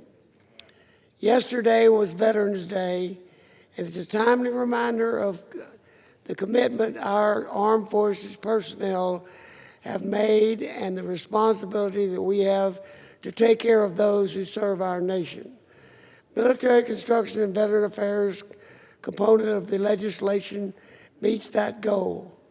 The legislation includes $133.3 billion for the Department of Veterans Affairs, including $113.8 billion for discretionary funding for the VA medical care. It includes critical funding for Medicare, medical health services, telehealth services, veterans homelessness programs, medical research programs, and rural health initiatives. It invests in information technology, including robust investments in VA electronic health record modernization. Fully funds all mandatory veterans benefits, including veterans disability compensation programs, education benefits, and vocational rehabilitation and employment training. Nearly $20 billion for the Department of Defense military construction programs. This amount funds nearly 300 projects at military bases around Yield the the world. gentleman an additional 15 seconds, Mr. Speaker. The gentleman has an additional 15 seconds. It includes $3 billion to improve and maintain housing for service members, provides requested resources for the American Battle Monuments, Armed Forces Retirement Home, and operations of Arlington Cemetery. I want to thank Mr. Cole for his endless work to get us to this point. The gentleman's and time I has urge my expired. colleagues to join me in supporting the bill. And I yield back. The gentleman yields back. Does the gentleman from Oklahoma reserve? The gentleman reserves. The gentlelady from Connecticut is recognized. Mr. Speaker, I yield 3 minutes to the gentlewoman from Florida, the distinguished ranking member of the Military Construction and Veterans Affairs Subcommittee, Ms. Wasserman Schultz. The gentlelady from Florida is recognized for 3 minutes. Thank you, Mr. Speaker, and I thank the gentlewoman for yielding. I rise to oppose this slush fund for senators bill that will force health care costs to explode for millions of Americans. In fact, this legislation guarantees only 2 things. Republican senators suspected of helping Trump try to steal an election will get a whole lot richer, and life will get more expensive for everyone else. That's because this bill adds rocket fuel to Republicans' larger assault on Americans' access to quality, affordable health care. Remember, Mr. Speaker, Republicans already slashed $1 trillion from Medicaid, $500 billion from Medicare, and let Trump steal billions in medical research. But with this bill, Republicans dump massive health care price hikes on struggling Americans. Millions will be priced out of any coverage at all, which will drive coverage costs up and health services down for all of us. It's a health budget nightmare for America's families and a slush fund lottery win for 8 Republican senators. Because the one thing that we can all agree on, unless you're Jeffrey Epstein's best friend in the White House, is that the cost of living is out of control. Rent, home insurance, and electric bills are all soaring. The cost of beef, coffee, and vegetables just keep climbing. People are really struggling to get by. Yet Donald Trump continues to block SNAP benefits to 42 million struggling seniors, patients, and veterans. How anyone could swipe food from the plates of nearly 20 million children like that is simply disgusting, but that same moral bankruptcy is embedded in this bill. This bill unleashes huge health insurance hikes on 203,000 people in my district alone, and 82,000 people will lose coverage altogether due to the impact of the big ugly law and soaring ACA prices. Worse, this bill also reneges on our commitment to veterans. As the ranking member of the Military Construction and Veterans Affairs Appropriations Subcommittee, I take our promises to veterans personally and seriously. Just this summer, I secured bipartisan support for my amendment to restore $51.7 billion in advance funding for the Toxic Exposures Fund. This is funding, mind you, that President Trump sought in his budget. Yet as Republicans slipped a slush fund for senators into this bill, they gutted a critical funding protection for veterans. Just so we're all clear, average Americans will see their kitchen table budget blow up from the health coverage price hikes, and veterans will see their future health care funding for toxic exposures put in jeopardy. Also, billionaires can keep getting huge tax breaks. It's hard to pick between the worst moral outrages behind this bill. Was it covering up for Epstein's best friend for nearly 2 months, just so Republicans could vacation and avoid negotiating a better health care plan for our struggling families?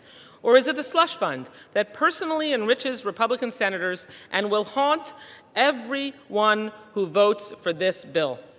Well, House Democrats will oppose this partisan spending bill that guts America's health care, and we'll keep fighting to extend health care tax credits. Donald Trump and Republicans broke their promise to lower costs, and this bill certainly cements that betrayal. But Democrats will stand by our promise to lower costs, and we'll make sure every American knows Republicans are responsible for this devastating health care crisis. Gentlelady's time has yield expired. back. The gentlelady yields back. The gentlelady from Connecticut reserves. The gentleman from Oklahoma is recognized. Thank you very much, Mr. Speaker. Mr. Speaker, I yield 2 minutes to my very good friend, distinguished chairman of the Agriculture Subcommittee of the Committee on Appropriation, Dr. Harris of Maryland. The gentleman from Maryland is recognized for 2 minutes. Mr. Speaker, I rise today in support of Senate amendment to H.R. 5371, which will finally put an end to the Democrat-led government shutdown. Millions of Americans have suffered because they refuse to reopen the government, harming those who depend on SNAP benefits, federal workers, Border Patrol agents, and our troops who are uncertain about their next paycheck. This legislation extends government funding to the end of January 2026, thereby blocking attempts to force a budget-busting omnibus at the last minute before Christmas. It also includes the FY 2026 Agriculture, Rural Development, and Food and Drug Administration Appropriations Act. Republicans have effectively locked in disciplined, flat spending levels while supporting the Trump administration's policy priorities. The agriculture bill provides $26.65 billion in discretionary spending, which is level with the current amounts, while also including community project funding. This bill provides critical funding support to America's farmers, ranchers, and rural communities. It ensures both USDA and FDA can safeguard our nation's food and drug supply, and fully funds nutrition programs, including SNAP and WIC. Additionally, the bill closes the hemp loophole that has resulted in the spread of unregulated, intoxicating hemp-derived products that are being sold online and in gas stations and corner stores across the country. Many of these products are accessible and attractive to children, resulting in thousands of calls to U.S. poison control centers, with more than 30% involving children aged 5 years and younger. This provision is supported by 39 states' attorney general and over 81 national and state public health, medical, law enforcement, and other organizations. It's beyond disappointing that our colleagues on the other side of the aisle will soon be voting to continue the chaos and uncertainty of a government shutdown. But this is what responsible Republican government looks like. We stared down the radical Democrats' outrageous budget-busting demands and held the line for hardworking American taxpayers. I want to thank Appropriations Chairman Cole for his leadership, strongly encourage my colleagues to support this legislation. Mr. Chair, I yield back time. The gentleman from Maryland yields back. Does the gentleman from Oklahoma reserve? I do. The gentleman reserves. The gentlelady from Connecticut is recognized. Mr. Speaker, I yield 3 minutes to the gentleman from New York, the distinguished ranking member of the Legislative Branch Subcommittee, Mr. Espaillat. The gentleman from New York is recognized for 3 minutes. Thank you, Mr. Speaker. I rise today in strong opposition to the Senate's amendment to H.R.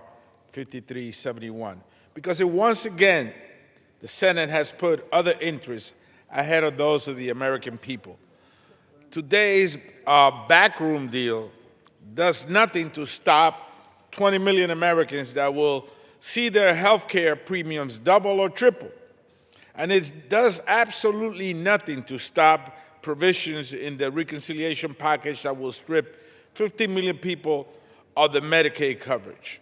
These cuts will have a resounding impact for individuals and the healthcare industry and economy as a whole. Safety net hospitals like Montefiore in my district and federally funded clinics like Borinque in East Harlem face having to eliminate services or completely close. Families, seniors, and children who go to these clinics and hospitals cannot afford to lose health care coverage. On top of that, Mr. Speaker, the legislative branch bill, which was done unilaterally, not with the consultation of both sides. It was done on its own, in the Senate, in the dark, in cahoots with a bunch of people, includes a provision that will line the pockets of 8 senators that we know of by allowing them to sue the government for millions of dollars if the Department of Justice subpoenas their phone records or seeks a lawful non-disclosure order.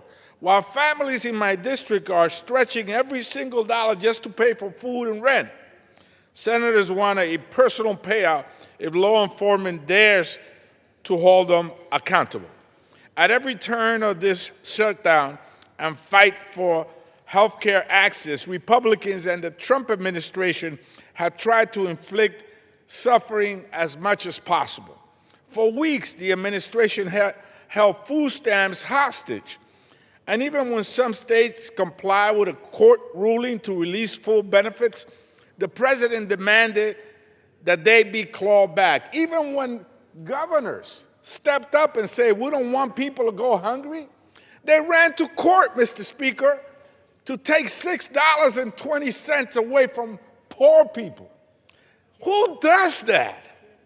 Explain that to me. Who takes $6.20 away from a single mom or a hungry senior?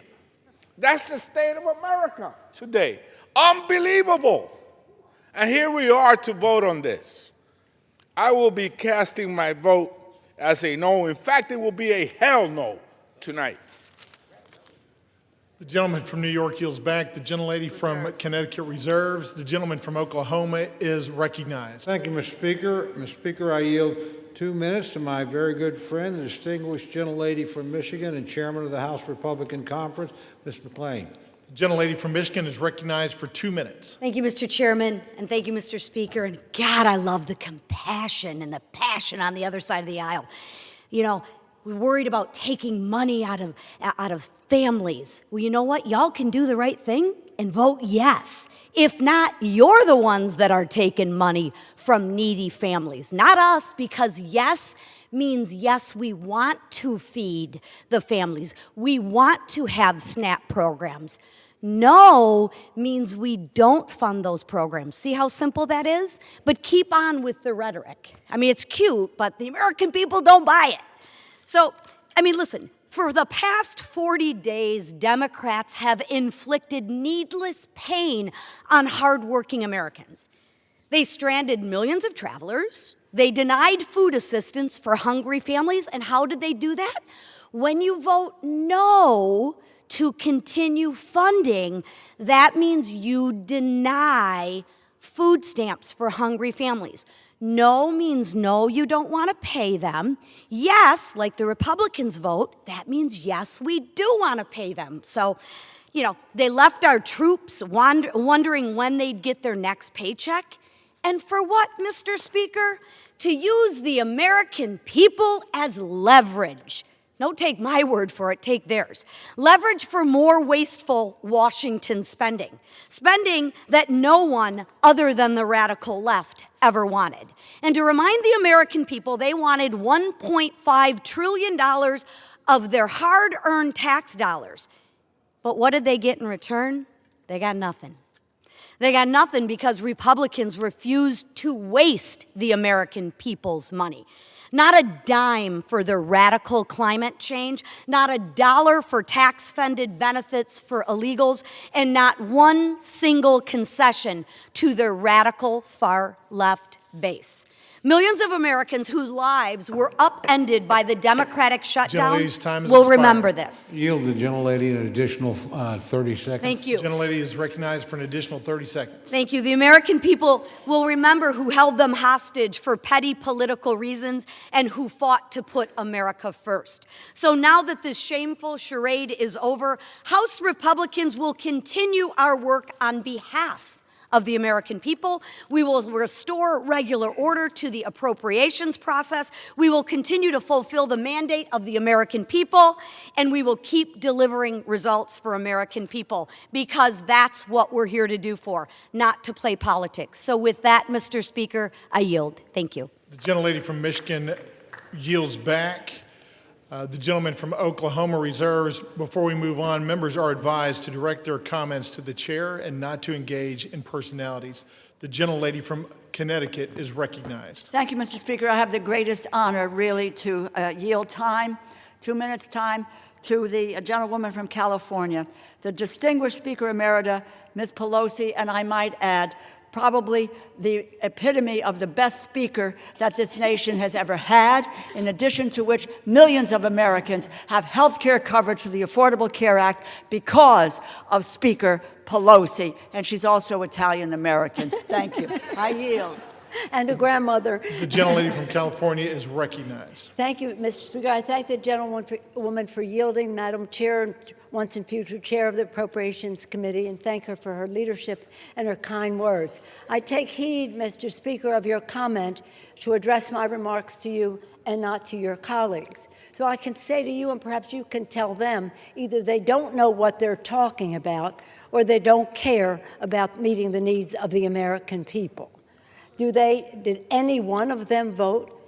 Did any one of them vote to eliminate a need for a pre-existing condition in health care? Not one of them. Did any one of them vote to say if your children get to be 26, until they're 26 years old, they have access to your policy? Not one of them. Did any of them vote to eliminate, bring a woman as being a pre-existing medical condition? Not one of them. The list goes on and on. Do any one of them vote for the Affordable Care Act, which, Mr. Speaker, you can tell them, was paid for? And then later, when we decided that we could extend the tax credits further so more people could have more access to care, did anyone vote for that? No. So all they have done is try to eliminate access to health care in our country. The public is catching on to them. You might tell them if a woman is born with a child that has a heart condition, she's out of luck with what they are proposing. If a father gets a stroke, forget about it. If you have a sibling with a disability, they don't care. And if your wife has breast cancer, you've got big bills to pay because they want to take away health care, whether it's Medicaid to tens of millions of people, $500 billion from Medicare for seniors and people with disabilities, millions of dollars added to the cost for families for access to the Affordable Care Act. The list goes on and on. Either they don't know or they don't care. I'll say one more thing as a grandmother and a mother. How about the President of the United States on Halloween night having a Halloween party? A Halloween party and saying to the Supreme Court, please don't make me feed the children or the poor people in our country. Going to the Supreme Court for that means cruelty is not even comes close to the word that is needed for that kind of behavior. The worst president for children America has ever seen. I yield back. The gentlelady from California yields back. The gentlelady from Connecticut reserves.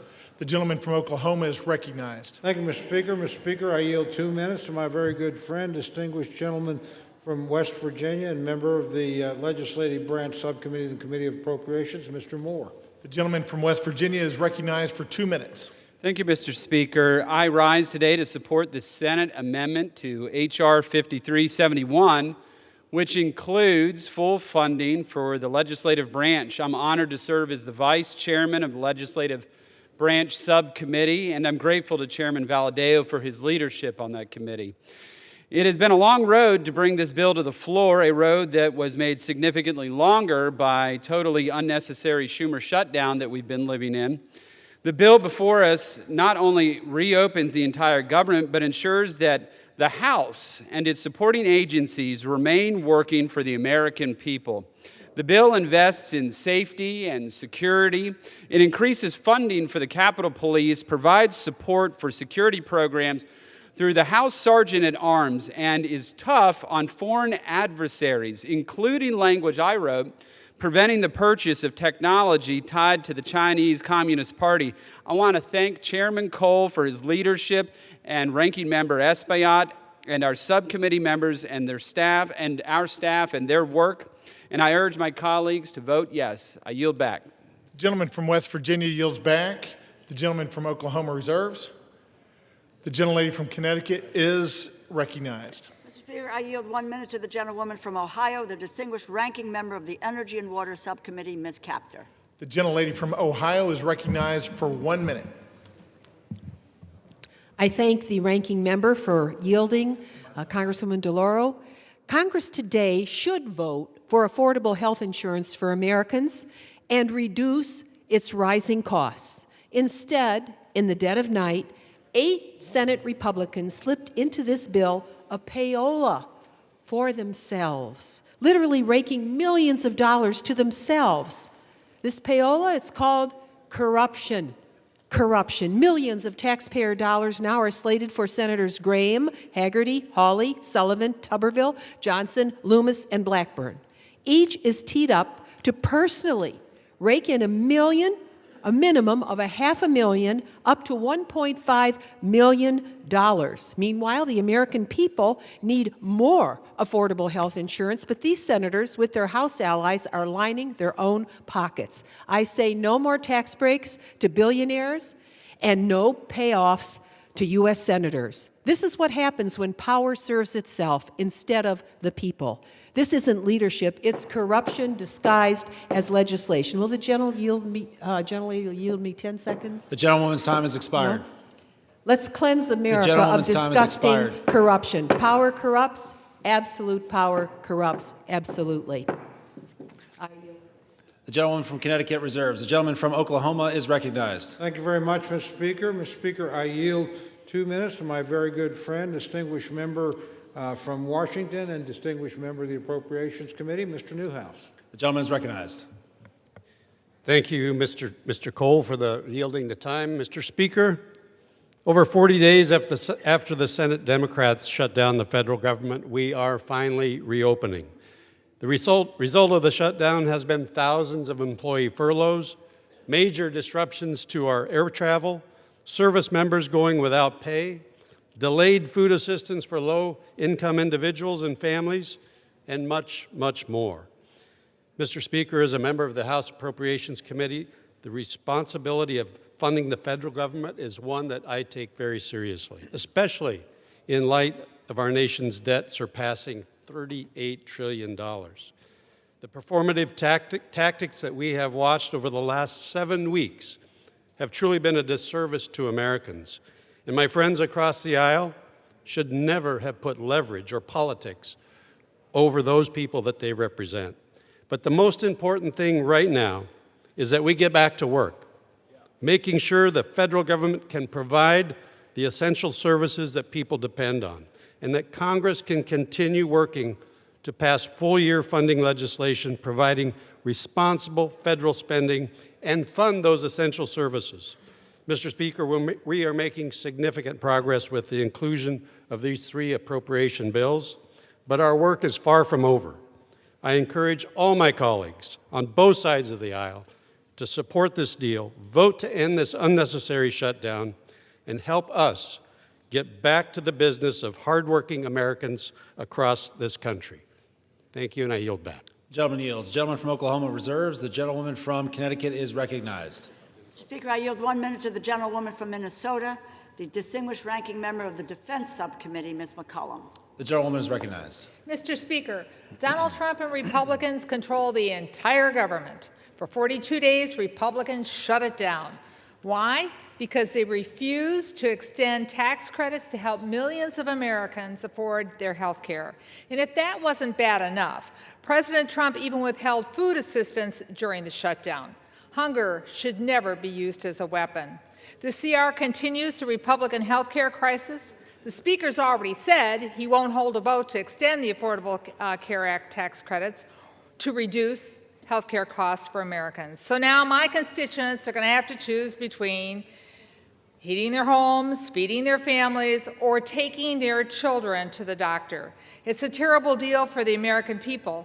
Americans deserve an open and transparent government that works for them. They deserve access to affordable health care, nutritious food for their families. And that's what Democrats are fighting for. I wish the President and the Republicans would join us in this fight and share our priorities. I yield back.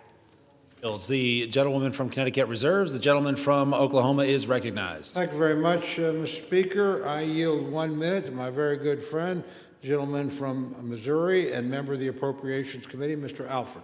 The gentleman is recognized. Well, thank you, Chairman Cole, for your leadership. Mr. Speaker, in the words of Yogi Berra, this seems like deja vu all over again. 59 days ago, I stood at this very lectern debating the ranking member and a friend of mine over the continuing resolution to keep our government open. On September 19th, we did our work in this body, but Senate Democrats chose to hold America hostage with the Schumer shutdown. Democrats in Congress, including the minority whip, shamefully admitted they were using the misery they inflicted on the American people as leverage to achieve their leftist wish lists of demands, slowly twisting the heads of the American people in a vice. Tonight, I'm relieved to say the misery of the Schumer shutdown is on our doorstep. Mr. Speaker, this package proves that when Republicans stay united and put America first, we can govern with strength, compassion, and common sense. Tonight, Mr. Speaker, tonight we will reopen the government and liberate the Schumer hostages. And with that, I yield back. The gentleman yields. The gentleman from Oklahoma reserves. The gentlewoman from Connecticut is recognized. Mr. Speaker, I yield 1 minute to the gentlewoman from California, a member of the Appropriations Committee, Mrs. Torres. The gentlewoman is recognized. Mr. Speaker, I rise in strong opposition of this deeply flawed bill because the American people deserve better. Since Trump returned to office, Republicans have created an affordability nightmare, a mass transfer of hard-earned taxpayers' dollars to billionaires. In my district alone, more than 350,000 people are facing skyrocketing health care costs or cuts to critical services. Republicans shut down the government instead of finding bipartisan solutions to keep care affordable and took a 7-week paid hiatus, during doubling health care costs for working families, cutting off food assistance right before Thanksgiving, and letting Trump spend his holidays pardoning insurrectionists, enriching billionaires, cozying up to dictators, and building himself a new ballroom, all while taking food away from families in need. And now Senate Republicans want to reward themselves with a taxpayer-funded handout. Shameful, shameful, shameful. House Republicans should be here doing their jobs, not making life harder for working families. I urge a no vote. Members are advised to direct their comments to the chair and not to engage in personalities toward the president. The gentlewoman from Connecticut reserves. The gentleman from Oklahoma is recognized. Thank you, Mr. Speaker. Mr. Speaker, I yield 1 minute to my very good friend, distinguished gentleman from Texas and chairman of the House Budget Committee, Mr. Arrington. The gentleman is recognized. Mr. Speaker, the Democrats rejecting a clean CR, shutting the government down, creating all the havoc, the pain and suffering for our fellow Americans is so obviously disingenuous. They never vote against clean CRs. Never. For 4 years under Biden, you all didn't reject one clean CR. Chuck Schumer, in 44 years, never rejected a clean CR. So, Mr. Speaker, what's it about? They say policy. They put forward a proposal, Mr. Chairman. They said it's about health care for illegals. They repeal work requirements for able-bodied adults. That's an 80-20 issue in this country. They put forward a spending bill of $1.5 trillion. That's twice the discretionary budget. Mr. Chairman, they'd be spending more money than we've ever spent outside of COVID. That's their counter-proposal. It's not only disingenuous, it's unserious. So what's it about? It's about politics. It's about resisting and fighting and undermining Donald Trump. But here's the deal. They're not fighting and resisting Donald Trump. They're undermining the will of the American people that gave Trump the presidency. Yield the gentleman an additional 15 seconds. The gentleman is recognized. They undermined the will of the people who overwhelmingly elected President Trump and gave him the mandate of the America First agenda. So you're not resisting us. You're posturing and placating the radical left. And you are holding back what the American people wanted, and that was a new direction for this country. I yield back. Members are reminded to please direct their comments only to the chair. The gentleman from Oklahoma reserves. The gentlewoman from Connecticut is recognized. Mr. Speaker, I yield 1 minute to the gentleman from New Jersey, the distinguished ranking member of the Energy and Commerce Committee, Mr. Pallone. The gentleman is recognized. Thank you, Mr. Speaker. I want my colleagues to understand that when the Affordable Care Act was adopted for middle-class people who could not afford health insurance. They had no other option. They had nowhere to go. You just would end up without health insurance. I have constituents coming to me now crying because their insurance is going from $500 a month to $1,500 a month. That's an increase of $1,000 a month. Who can afford that? No one in the middle class. At the end of 2024 last year, during a Democratic administration, the number of insured Americans was at a record high of about 95%. Democrats worked for that. Then Trump comes in, the Republicans come in with their big ugly bill, and they make cuts to Medicaid, cuts to hospitals and nursing homes, and no funding to extend the ACA tax credits. So what's going to happen? More and more people will have no health insurance. That's the bottom line. They will not have health insurance, and the Republicans don't seem to care. But I want you to know that the Democrats care and will continue to fight for you. The gentleman yields. The gentlewoman from Connecticut reserves. The gentleman from Oklahoma is recognized. Thank you, Mr. Speaker. Speaker, I yield 1 minute to the distinguished gentleman from Guam, my very good friend, Mr. Moylan. The gentleman is recognized. Thank you to my friend from Oklahoma. Mr. Speaker, Guam is home to 3,372 federal employees, more than 43,000 SNAP recipients, and over 9,000 WIC recipients, and more than 20,000 veterans, all of whom have been impacted by this shutdown. If we continue to put politics over our country, my constituents will continue to suffer. Simply put, this gets us back on track, ensures funding for those who need it is in place, and turns the lights back on. This bill ensures that families receive the assistance they need, veterans have access to care, and our island is reimbursed for the sacrifice we made to keep federal programs running during this difficult time. I urge my colleagues to support this bill and to deliver for American people. The time for deliberation is when the government is open and people have the assistance they need. I reserve. The gentleman yields. The gentleman from Oklahoma reserves. The gentlewoman from Connecticut is recognized. Mr. Speaker, I yield 1 minute to the gentleman from Massachusetts, the distinguished ranking member of the Ways and Means Committee, Mr. Neal. The gentleman is recognized. Thank the gentlelady. Mr. Speaker, the destruction that is taking place in America's healthcare system during these 10 months is unbelievable. They've eviscerated the National Institutes of Health. They've cut back on the Centers for Disease Control, billions of dollars from Medicaid for a tax cut for the wealthy. Where do you see what's coming to America's hospitals after the next election? It's so contrived they waited until after the election to implement it. 24 million people are likely to lose health insurance if we don't implement these tax credits as suggested. The emergency room is going to be back in full force now because this is where people will go for their health care. All of this is taking place to justify a tax cut for people at the very top. And here's the real kicker. Our Republican colleagues of fiscal probity borrowed the money for the tax cuts. In 2017, it's $2.4 trillion. In the last tax bill, almost $4 trillion is borrowed for a tax cut for wealthy people. Whatever happened to the fiscal soundness that the Republican Party used to lecture everybody on? And I yield back the balance of my time. The gentleman yields. The gentlewoman from Connecticut reserves. The gentleman from Oklahoma is recognized. Thank you very much, Mr. Speaker. Mr. Speaker, I yield 1 minute to my very good friend, the distinguished gentleman from Pennsylvania, Mr. Muser. The gentleman is recognized. I thank Chairman Cole for his leadership. Mr. Speaker, if this were a library, we would have the fiction side over there and the nonfiction side over here. The only thing that's not fiction, however, is their consistent criticism of the healthcare system known as Obamacare that they created. That's what this fight seems to be about. And that's the one end of things that is truthful. Today, Mr. Speaker, after 6 weeks of no pain, or excuse me, lots of pain and no gain, they're going to vote again to keep the government closed. They're going to vote again.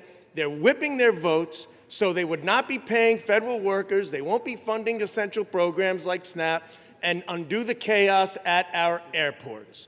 Okay, I spent the last 43 days in my district talking with these groups, talking with SNAP, talking with Head Start, seeing their pain, realizing it, understanding it. Some of my colleagues did the same, but shockingly, They're still going to vote to keep the government closed and keep this funding from being delivered. It's time to fix the damage the Democrats have caused. With this vote tonight, Republicans will restore SNAP payments. We'll get TSA and air traffic control. Yield the gentleman an additional Federal 15 workers. seconds. And you know what, Thank you, Chairman. And you know what, Mr. Speaker? Yesterday was Veterans Day. Veterans didn't fight for the red. They didn't fight for the blue. They fought for the red, white, and blue. Maybe tonight we can follow their example. I yield back. The gentleman yields. The gentleman from Oklahoma reserves. The gentlewoman from Connecticut is recognized. Mr. Speaker, I yield 1 minute to the gentlewoman from Washington, Ms. Del Bene. The gentlewoman is recognized. Thank you, Mr. Speaker. This bill fails to address the fundamental needs of families across our country. Americans have made it crystal clear that affordability is their #1 concern. President Trump and Republicans promised to lower costs on day one, and that's been one big broken promise. Healthcare premiums are skyrocketing because Republicans refuse to extend the ACA tax credits, causing healthcare costs to go up for everyone. Over 4 million people will be forced off their coverage next year because it's too expensive. This is on top of soaring prices for food, energy, and housing. It's unacceptable for the wealthiest nation in the world. Republicans who say they support affordable health care should be standing up for their constituents rather than following in line behind President Trump. I'm going to keep fighting for affordable health care and lower costs. The American people deserve better. I yield back. The gentlewoman yields. The gentlewoman from Connecticut reserves. The gentleman from Oklahoma is recognized. Thank you very much, Mr. Speaker. Mr. Speaker, I yield 90 seconds to my very good friend, the distinguished gentleman from Texas, Mr. Gooden. The gentleman is recognized. Thank you, Mr. Speaker. Throughout this sham and shame of a shutdown, we've heard so many lies from the Democrats. And over the last 45 days, and especially the last 45 minutes, I've heard them say this is an evil bill. Republicans don't care about the disabled. Trump is the worst president in history for children. They've said that Republicans are to blame for the fentanyl crisis. Republicans shouldn't take photos with veterans. January 6th, of course they mentioned that. Republicans are corrupt, and they've said that Republicans are starving kids. What they haven't said is the one thing that this bill does, which is open up the government. Not one Democrat is getting up here saying this bill opens the government. So let me remind them and my colleagues and the American people, this bill opens the government tonight. And the American people have Republicans to thank for ending this shutdown and opening the government. I urge a yes vote. I am proud to vote yes. And I am so disappointed in my Democratic colleagues because for the life of me, throughout my time in the House, I've heard them talk about how wonderful it is to keep the government open and that a shutdown is so bad and can never happen. And tonight they won't even admit that this bill opens the government and this is what we need for this country tonight. So I urge a yes vote and I yield back. The gentleman yields. The gentleman from Oklahoma reserves. The gentlewoman from Connecticut is recognized. Mr. Speaker, I yield 1 minute to the gentlewoman from California, Ms. Barragan. The gentlewoman is recognized. Thank you, Mr. Speaker. I oppose the Republican spending bill that makes health care more expensive for hardworking Americans. While Republicans were on their 7-week-plus vacation, all our constituents were receiving notices of premium increases. A constituent of mine, a lifelong educator, has been told that her premiums will jump from $383 to nearly $1,000. Meanwhile, Trump and Republicans can find money for a fancy ballroom. They can give tax breaks to billionaires. And they even included millions of dollars in cash payouts in this bill for 8 Republican senators. If anyone else in government gave themselves millions in taxpayer money, they would go to prison. But for Americans trying to afford health care, not $1 in tax credits. House Democrats are united against this corrupt bill and will keep fighting to protect America's health care. I urge my colleagues to reject this bill. I yield back. The gentlewoman yields. The gentlewoman from Connecticut reserves. The gentleman from Oklahoma is recognized. Thank you very much, Mr. Speaker. I yield myself such time as I may consume. Mr. Speaker, it's been an interesting debate. Frankly, as a couple of my colleagues have suggested, a lot of the rhetoric on the other side hasn't had much to do with the legislation in front of us. My friends chose all on their own to shut the government down 43 days ago. During that time, soldiers have had to worry about getting paid. The only reason they were paid is the President of the United States managed to pull a rabbit out of the hat twice, or we would have had military families completely unpaid. We have our air traffic controllers. Most of us flew here today or yesterday or in recent days. They're keeping the skies as safe as they can, but they haven't gotten paid. We're in this Capitol building. We're under the protection of the Capitol Police. They do a splendid job. They keep doing their job. They haven't been paid.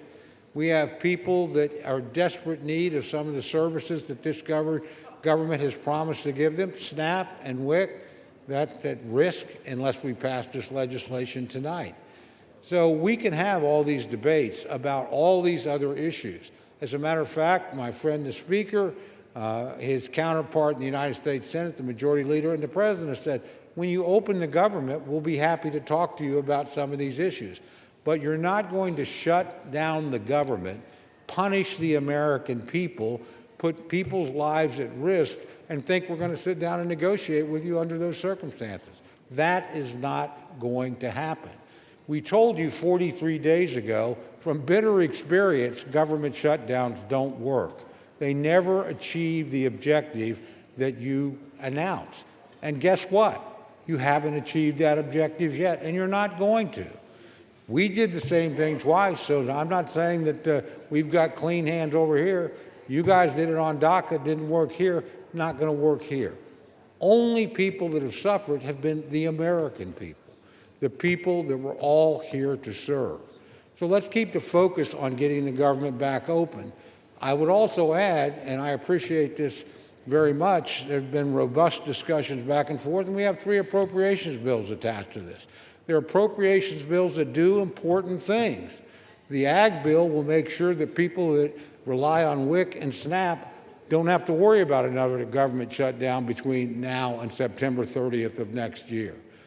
The Ledge Branch bill will make sure that the Capitol Police and everybody else at staff that allow this chamber to function don't have to worry about not getting paid until September 30th of next year. And obviously, military construction and, more importantly, veterans rely on benefits commitments we have made. Passage of this bill makes sure that those commitments will be fulfilled between now and September 30th next year. And we buy the time to sit down and rationally and responsibly negotiate other appropriations bills that we can bring, I hope, in a bipartisan basis to this floor to keep the government open. So I would just ask my friends to reflect on that. I hope some of you feel the weight of that decision. I know you do. And I hope you can vote to keep the government open. There's no excuse to shut it down. The United States Senate operated to keep it open in a bipartisan fashion. Now, it took them a long time to do it, but they got there. Let's not follow that example. Let's follow when they finally got the job done, they sent us a product. It's not a perfect product. It's got some things in it I don't like. But frankly, if we kept the government open, we would have never been in this situation in the first place. So I would just ask my friends to remember their constituents. I know they think about them. I know they're serious about the points they make. Reopen the government. Raise your issues. Let's see if we can come to a negotiated settlement. But let's not punish the American people. A no vote on this, again, means soldiers and military families don't get paid. A no vote means that people in need of SNAP and WIC might not get it. A no vote means the people that allow us to come here and debate and work won't get paid either. I can go down the list of horrors. It's pretty simple. This is a vote about 2 things. Opening the government of the United States, which you willfully tried to shut down, fortunately did not succeed in that in this chamber, but some of your colleagues, using arcane Senate rules, did manage to do it, but finally came to their senses. You ought to pay attention to those people. They said, enough is enough. Let's reopen the government. I would urge my colleagues to do that today, and I hope it's done in a bipartisan way. With that, I reserve the balance of my time, Mr. Speaker. The gentleman reserves, and members are reminded to direct their remarks only to the chair. The gentlewoman from Connecticut is recognized. Mr. Speaker, I yield 3 minutes to the gentlewoman from Massachusetts, the distinguished Democratic whip, Ms. Clark. The gentlewoman is recognized. Thank you. Donald Trump said the cost of living crisis is fake news. a con job by the Democrats. Mr. Speaker, 60% of Americans can't afford a basic quality of life. 45% have had to skip a doctor's appointment or a prescription because they can't afford it. 41% are living with medical debt. The American people are simply not making it. Not only is that crisis real, it is a crisis that Republicans promised to solve. Voters believe them. And now, after a 54-day hiatus, what are Republicans doing? They're voting to raise the cost of living. They're voting to make it even harder to get by. Not by some marginal amount. They are doubling, tripling, and quadrupling monthly premiums. And what's the defense? They are looking people in the eye and flat out gaslighting them. Costs aren't up, costs are down. Trump says, I don't want to hear about the affordability. Well, get used to hearing about it. You're going to hear about it a lot because people are feeling it every single day. People can't make rent. They can't afford their prescriptions. They can't afford to take their kid to a doctor. They can't find childcare, and when they find it, they can't afford that either. Grocery and utility bills are spiking. This is the crisis of our time, and it's about to get exponentially worse because the GOP's craven allegiance to billionaires over working people. The cost of living crisis is not fake news. It's not a perception issue. It is daily life for the people that we all represent. So let's do something about it. Let's reject this budget. Let's stop the health care cuts. Let's stop the premium hikes. Let's stop the hospital closures. And let's stop the billionaire giveaways. I yield back. The gentlewoman yields. The gentlewoman from Connecticut reserves. The gentleman from Oklahoma is recognized. Thank you, Mr. Speaker. I reserve. The gentleman reserves. The gentlewoman from Connecticut is recognized. Mr. Speaker, this bill fails to prevent health care costs from skyrocketing. It fails to address the crisis of affordability. It fails to keep our promise to veterans. It provides $1 million jackpot to 8 senators. It fails to protect Congress's power of the purse. I encourage my colleagues to vote no, and I have the honor of yielding 1 minute to the gentleman from New York, our distinguished Democratic leader, Mr. Hakeem Jeffries. The gentleman is recognized.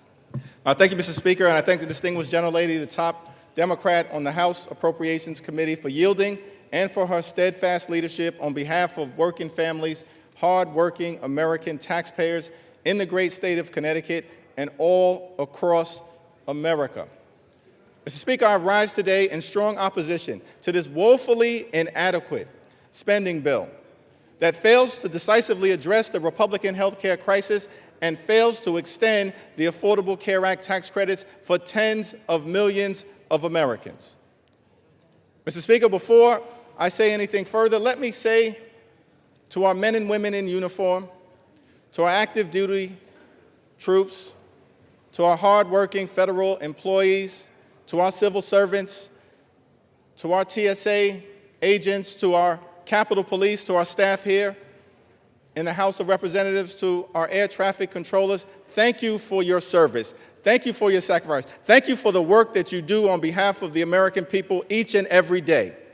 And it's our promise to all of you that we will continue to work hard to make sure that you are treated with the dignity and respect that you deserve. In a year in which the Trump administration has gone after hardworking federal employees relentlessly, including firing more than 200,000 federal employees prior to the start of the Trump Republican shutdown. Republicans control the House, the Senate, and the presidency. Donald Trump and Republicans made the decision to shut the government down, the longest shutdown in American history. Would rather do that than provide health care that's affordable to working class Americans, middle class Americans, and hardworking American taxpayers. All across the country, I'm certain that there are people in America asking the question, where do we go from here? House Democrats have a simple answer. We will continue to fight to lower the high cost of living. House Democrats will continue to fight to address the health care crisis that Republicans have created. And House Democrats will continue to fight to extend the Affordable Care Act tax credits for tens of millions of Americans. This fight is not over. We're just getting started. We'll fight today. We'll fight tomorrow. We'll fight this week. We'll fight next week. We'll fight this month. We'll fight next month. We'll fight until we win this battle for the American people. That's our commitment as House Democrats. And there's only two ways that this fight will end. Only two ways, Mr. Speaker, that this fight will end. Either Republicans finally decide to extend the Affordable Care Act tax credits this year, or the American people will throw Republicans out of their jobs next year and end the speakership of Donald J. Trump once and for all. That's how this fight ends. Mr. Speaker, during this painful Trump-Republican shutdown, what we've seen is two different philosophies in terms of how to govern for the American people. The Democratic Party philosophy is clear. We are ready, willing, and able to find bipartisan common ground anytime, any place, to enact spending agreements that actually make life better for the American people. But in order to do that, we need to have partners on the other side of the aisle who are actually willing to find a bipartisan path forward. But what we've seen from Republicans from the very beginning of this presidency is a my way or the highway approach. That's been the Republican philosophy. Jam your extremism down the throats of the American people. That's what we've seen from day one of this presidency. That's the reason why the government has been shut down by Republicans and Donald Trump for the longest period of time in American history. What have we seen from Donald Trump and Republicans during this shutdown? A consistent unwillingness to actually find common ground in order to make life better for the American people. Donald Trump, during this shutdown, found the time to play golf week after week after week. Donald Trump found the time to pardon serial fraudsters like George Santos and Rudolph Giuliani. Donald Trump found the time to meet with the Chinese Communist Party.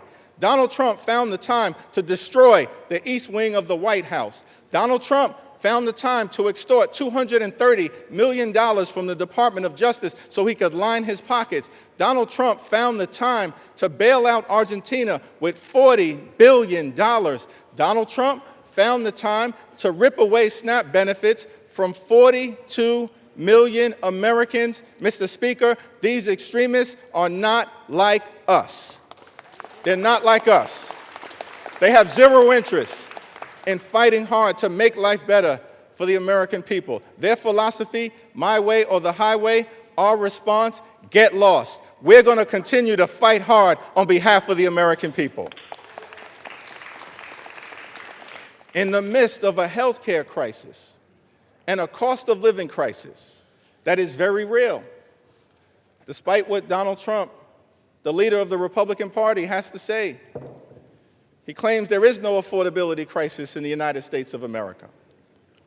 But why would anyone believe anything that Donald Trump or Republicans have to say on this issue? Because throughout 2024, before the election, Republicans in the House and in the Senate and Donald Trump on the campaign trail spent all of their time saying that costs were going to go down on day one. But costs haven't gone down. Republicans haven't done a damn thing to lower the high cost of living. Costs haven't gone down in this country. Costs have gone up. Inflation is on the way up. Housing costs out of control. Grocery costs, out of control. Electricity bills, out of control. Healthcare costs, skyrocketing, out of control. And in the midst of this affordability crisis, seeing this, Democrats said, we've got to fight to make sure that we extend the Affordable Care Act tax credits so that tens of millions of people, working class folks, middle class folks, people in rural America, working class America, small town America, the heartland of America, black and brown communities all throughout America, don't experience premium increases that in some cases will go up by $1,000 or $2,000 per year. In many cases, month after month after month, $1,000 or $2,000 per month, tens of thousands of dollars per year. Unacceptable in this country, the wealthiest country in the history of the world. And this is in the midst of a Republican health care crisis. Republicans enacted the largest cut to Medicaid in American history, ripped health insurance away from 14 million Americans. As a result of Republican policies, hospitals, nursing homes, and community-based health centers are closing all across America, including in rural parts of this great country of ours. And now, because of Republican refusal to extend the Affordable Care Act tax credits, tens of millions of Americans are at risk of being unable to afford to go see a doctor when they need one. In this country, the wealthiest country in the history of the world, it can't be the case that health care is simply a privilege for the wealthy, the well-off, and the well-connected. Mr. Speaker, that's the Republican perspective. We believe as Democrats that health care has to be a right, and a right that's affordable and available to every single American in the United States. That's what this fight is all about. And that's what the fight will continue to be about as we move forward. Many of my Republican colleagues have suggested that they want to deal with the health care affordability issue, that they want to address the Republican health care crisis that's devastating people all across this country. Well, we have an opportunity for you to do so. There's a discharge petition connected to legislation that House Democrats have introduced to extend the Affordable Care Act tax credits for 3 years, because we believe that working class Americans, middle class Americans, and everyday Americans deserve the same level of certainty that Republicans always provide to the wealthy, the well-off, and their well-connected donors. Working class Americans deserve that level of certainty. So join us in extending the Affordable Care Act tax credits. It's not too late. We're in the midst of open enrollment, but the tax credits expire on December 31st. And we will stay on this issue until we get this issue resolved for everyday Americans. Mr. Speaker, as I close, I've had the opportunity, as many of us do, to serve in the United States Congress with legendary figures, too numerous to mention. Legendary members, of course, Speaker Emerita Nancy Pelosi, Steny Hoyer, the great Jim Clyburn, Maxine Waters, Elijah Cummings, Charlie Rangel, our own Marcy Kaptur, the longest-serving woman in the history of the United States House of Representatives. We've all had the opportunity to serve with legendary members, John Dingell, too numerous to mention. But one can't call that role without calling the name of the great John Lewis. I had the distinct honor of serving with John Lewis for several terms. Many of us here in the House of Representatives did. I'll never forget, on my first day in the Congress, I had the opportunity to meet John Lewis for the first time in person. And he called me over to see him on the House floor, and he just asked me a simple question. He said, "Are you the new guy?" And I said, "Yes, sir, Mr. Lewis, I am." And he said, well, we're colleagues now. You don't have to call me Mr. Lewis. You can call me John. I said, yes, sir, Mr. Lewis, I understand. And then he said to me, you're from Brooklyn, right? Now, Mr. Speaker, I got to be honest, I was tempted to say, Brooklyn is always in the house. But instead, since my mother raised me with some sense, Lenita Jeffries, I said, yes, sir, I'm from Brooklyn. And then he said something to me that I've never forgotten. He said, well, I hear some positive things about you from your predecessor, but Washington, D.C., young man, can be a rough place. So I don't want you to get into any trouble unless it's good trouble. And I just wanted to stop by on the House floor to make sure it was clear to the American people that the spirit of John Lewis lives amongst House Democrats, and we will continue to get into good trouble to make their life better. That's our commitment to every single American all across this country, from this day and for every day moving forward. And it was John Lewis who said to us that ours is not the struggle of one day, 1 week, or 1 year. Ours is the struggle of a lifetime, and maybe even many lifetimes. And each one of us in every generation must do our part. Mr. Lewis, we love you. We were blessed by our opportunity to serve with you, and House Democrats are here to do our part. We're in this fight until we win this fight for the American people. I yield back.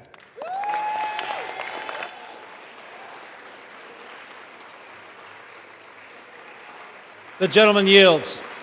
Members are reminded to refrain from engaging in personalities towards the president. The gentlewoman from Connecticut has 30 seconds remaining and is recognized. I yield back the balance of my time. The gentlewoman from Connecticut yields. The gentleman from Oklahoma is recognized. Thank you very much, Mr. Speaker. It's my distinct pleasure to yield the balance of our time to the distinguished Speaker of the House, my very good friend and a person I admire greatly. 1 minute. 1 minute. I'm actually just going to hold you to 1 minute, Mr. Okay. Speaker. My good friend, the gentleman from Louisiana, Speaker Mike Johnson. The gentleman from Louisiana is recognized. Thank you.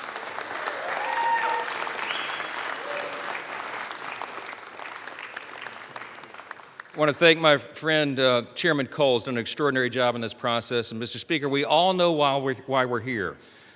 House Democrats voted to shut the government down. It was 54 days ago when we had that vote, September 19th. And since that time, Senate Democrats have voted 14 times to close the government. Republicans voted a collective 15 times to open the government for the people, and the Democrats voted that many times to close it. And then they admitted, many of them, and we could name them here, but I'm not going to take the time, they admitted that they were using the American people as leverage in this political game. They knew that it would cause pain, and they did it anyway. The whole exercise was pointless. It was wrong, and it was cruel. In mere moments, I want you to watch the board. They're going to do it again. I'm going to guess for you that most of our Democrat colleagues are going to vote again to close the government, again to take food out of the mouths of families that need it, again to deny pay to federal employees, again to stall flights and cancel airlines and do all the rest that they've done. But we are not going to let them succeed in that gambit. And that's right. While the Democrats keep voting to shut their government down, Republicans are going to vote to open it back up. And with that, we're going to get the American government running again and working for the people as they deserve. I'm going to close with this. You know, as Speaker, you have the ability to talk as long as you want, but I'm not going to do that tonight. We're not going to waste any more time of the people.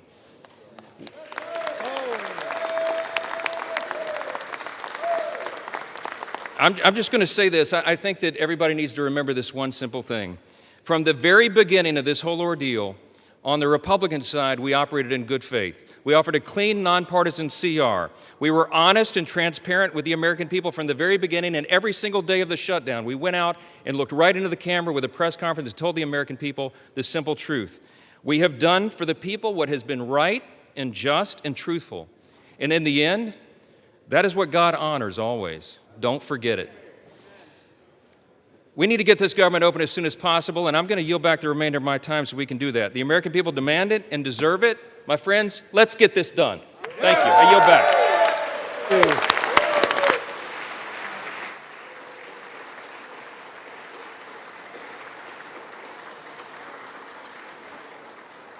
Proud of you. The gentleman yields. The gentleman from Oklahoma has 3 minutes remaining and is recognized. I yield back the balance of my time. The gentleman yields. All time for debate has expired. Pursuant to House Resolution 873, the previous question is ordered. The question is on the motion by the gentleman from Oklahoma, Mr. Cole. All those in favor say aye. All those opposed say no. In the opinion of the chairs, the ayes have it. For what purpose does the gentleman from Connecticut stand? Mr. Speaker, I request the yeas and nays. The yeas and nays are requested. Those favoring a vote by the yeas and nays will rise. A sufficient number having risen, the yeas and nays are ordered. Members will record their votes by electronic device. This is a 15-minute vote.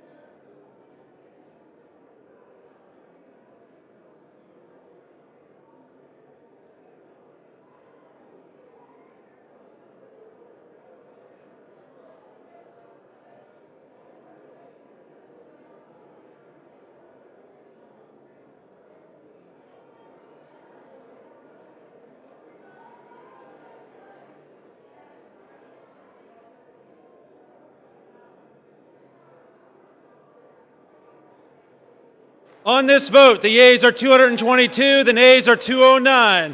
The bill is passed. The motion is adopted.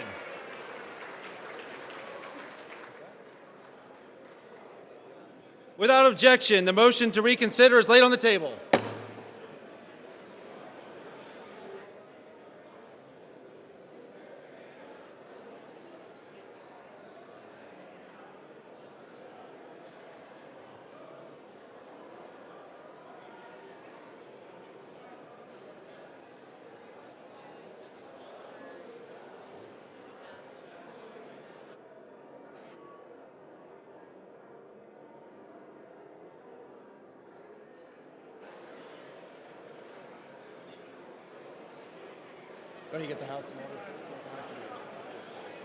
The chair lays before the House a communication. The Honorable the Speaker, House of Representatives, sir. I respectfully request to be relieved from assignments to the House Armed Services Committee and the House Select Committee on Competition between the United States and the Chinese Communist Party, effective immediately. It has been an honor and privilege to serve on these committees on behalf of my constituents and the American people. Signed sincerely, Mikey Sherrill, Member of Congress. Without objection, the resignation is accepted.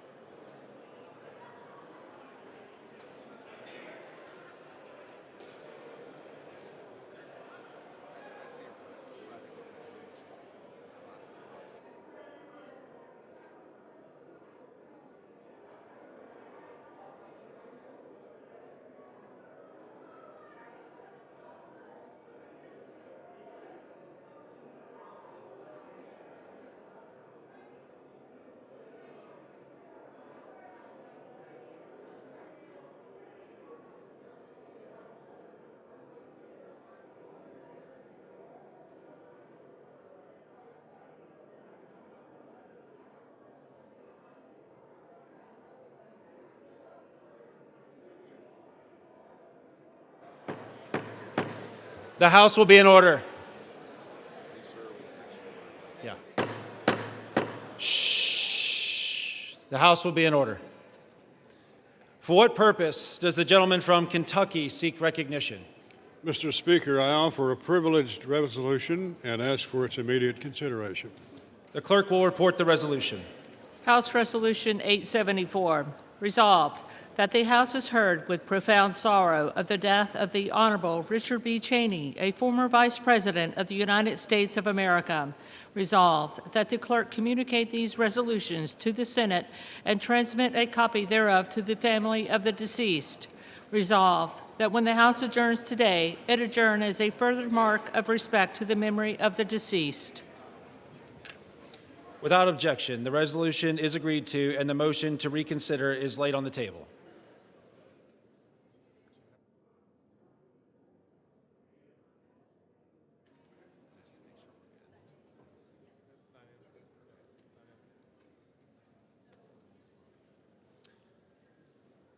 Pursuant to Clause 13 of Rule 1 and House Resolution 874, the House stands adjourned until 9 a.m. tomorrow as a further mark of respect to the memory of the late Honorable Richard B. Cheney.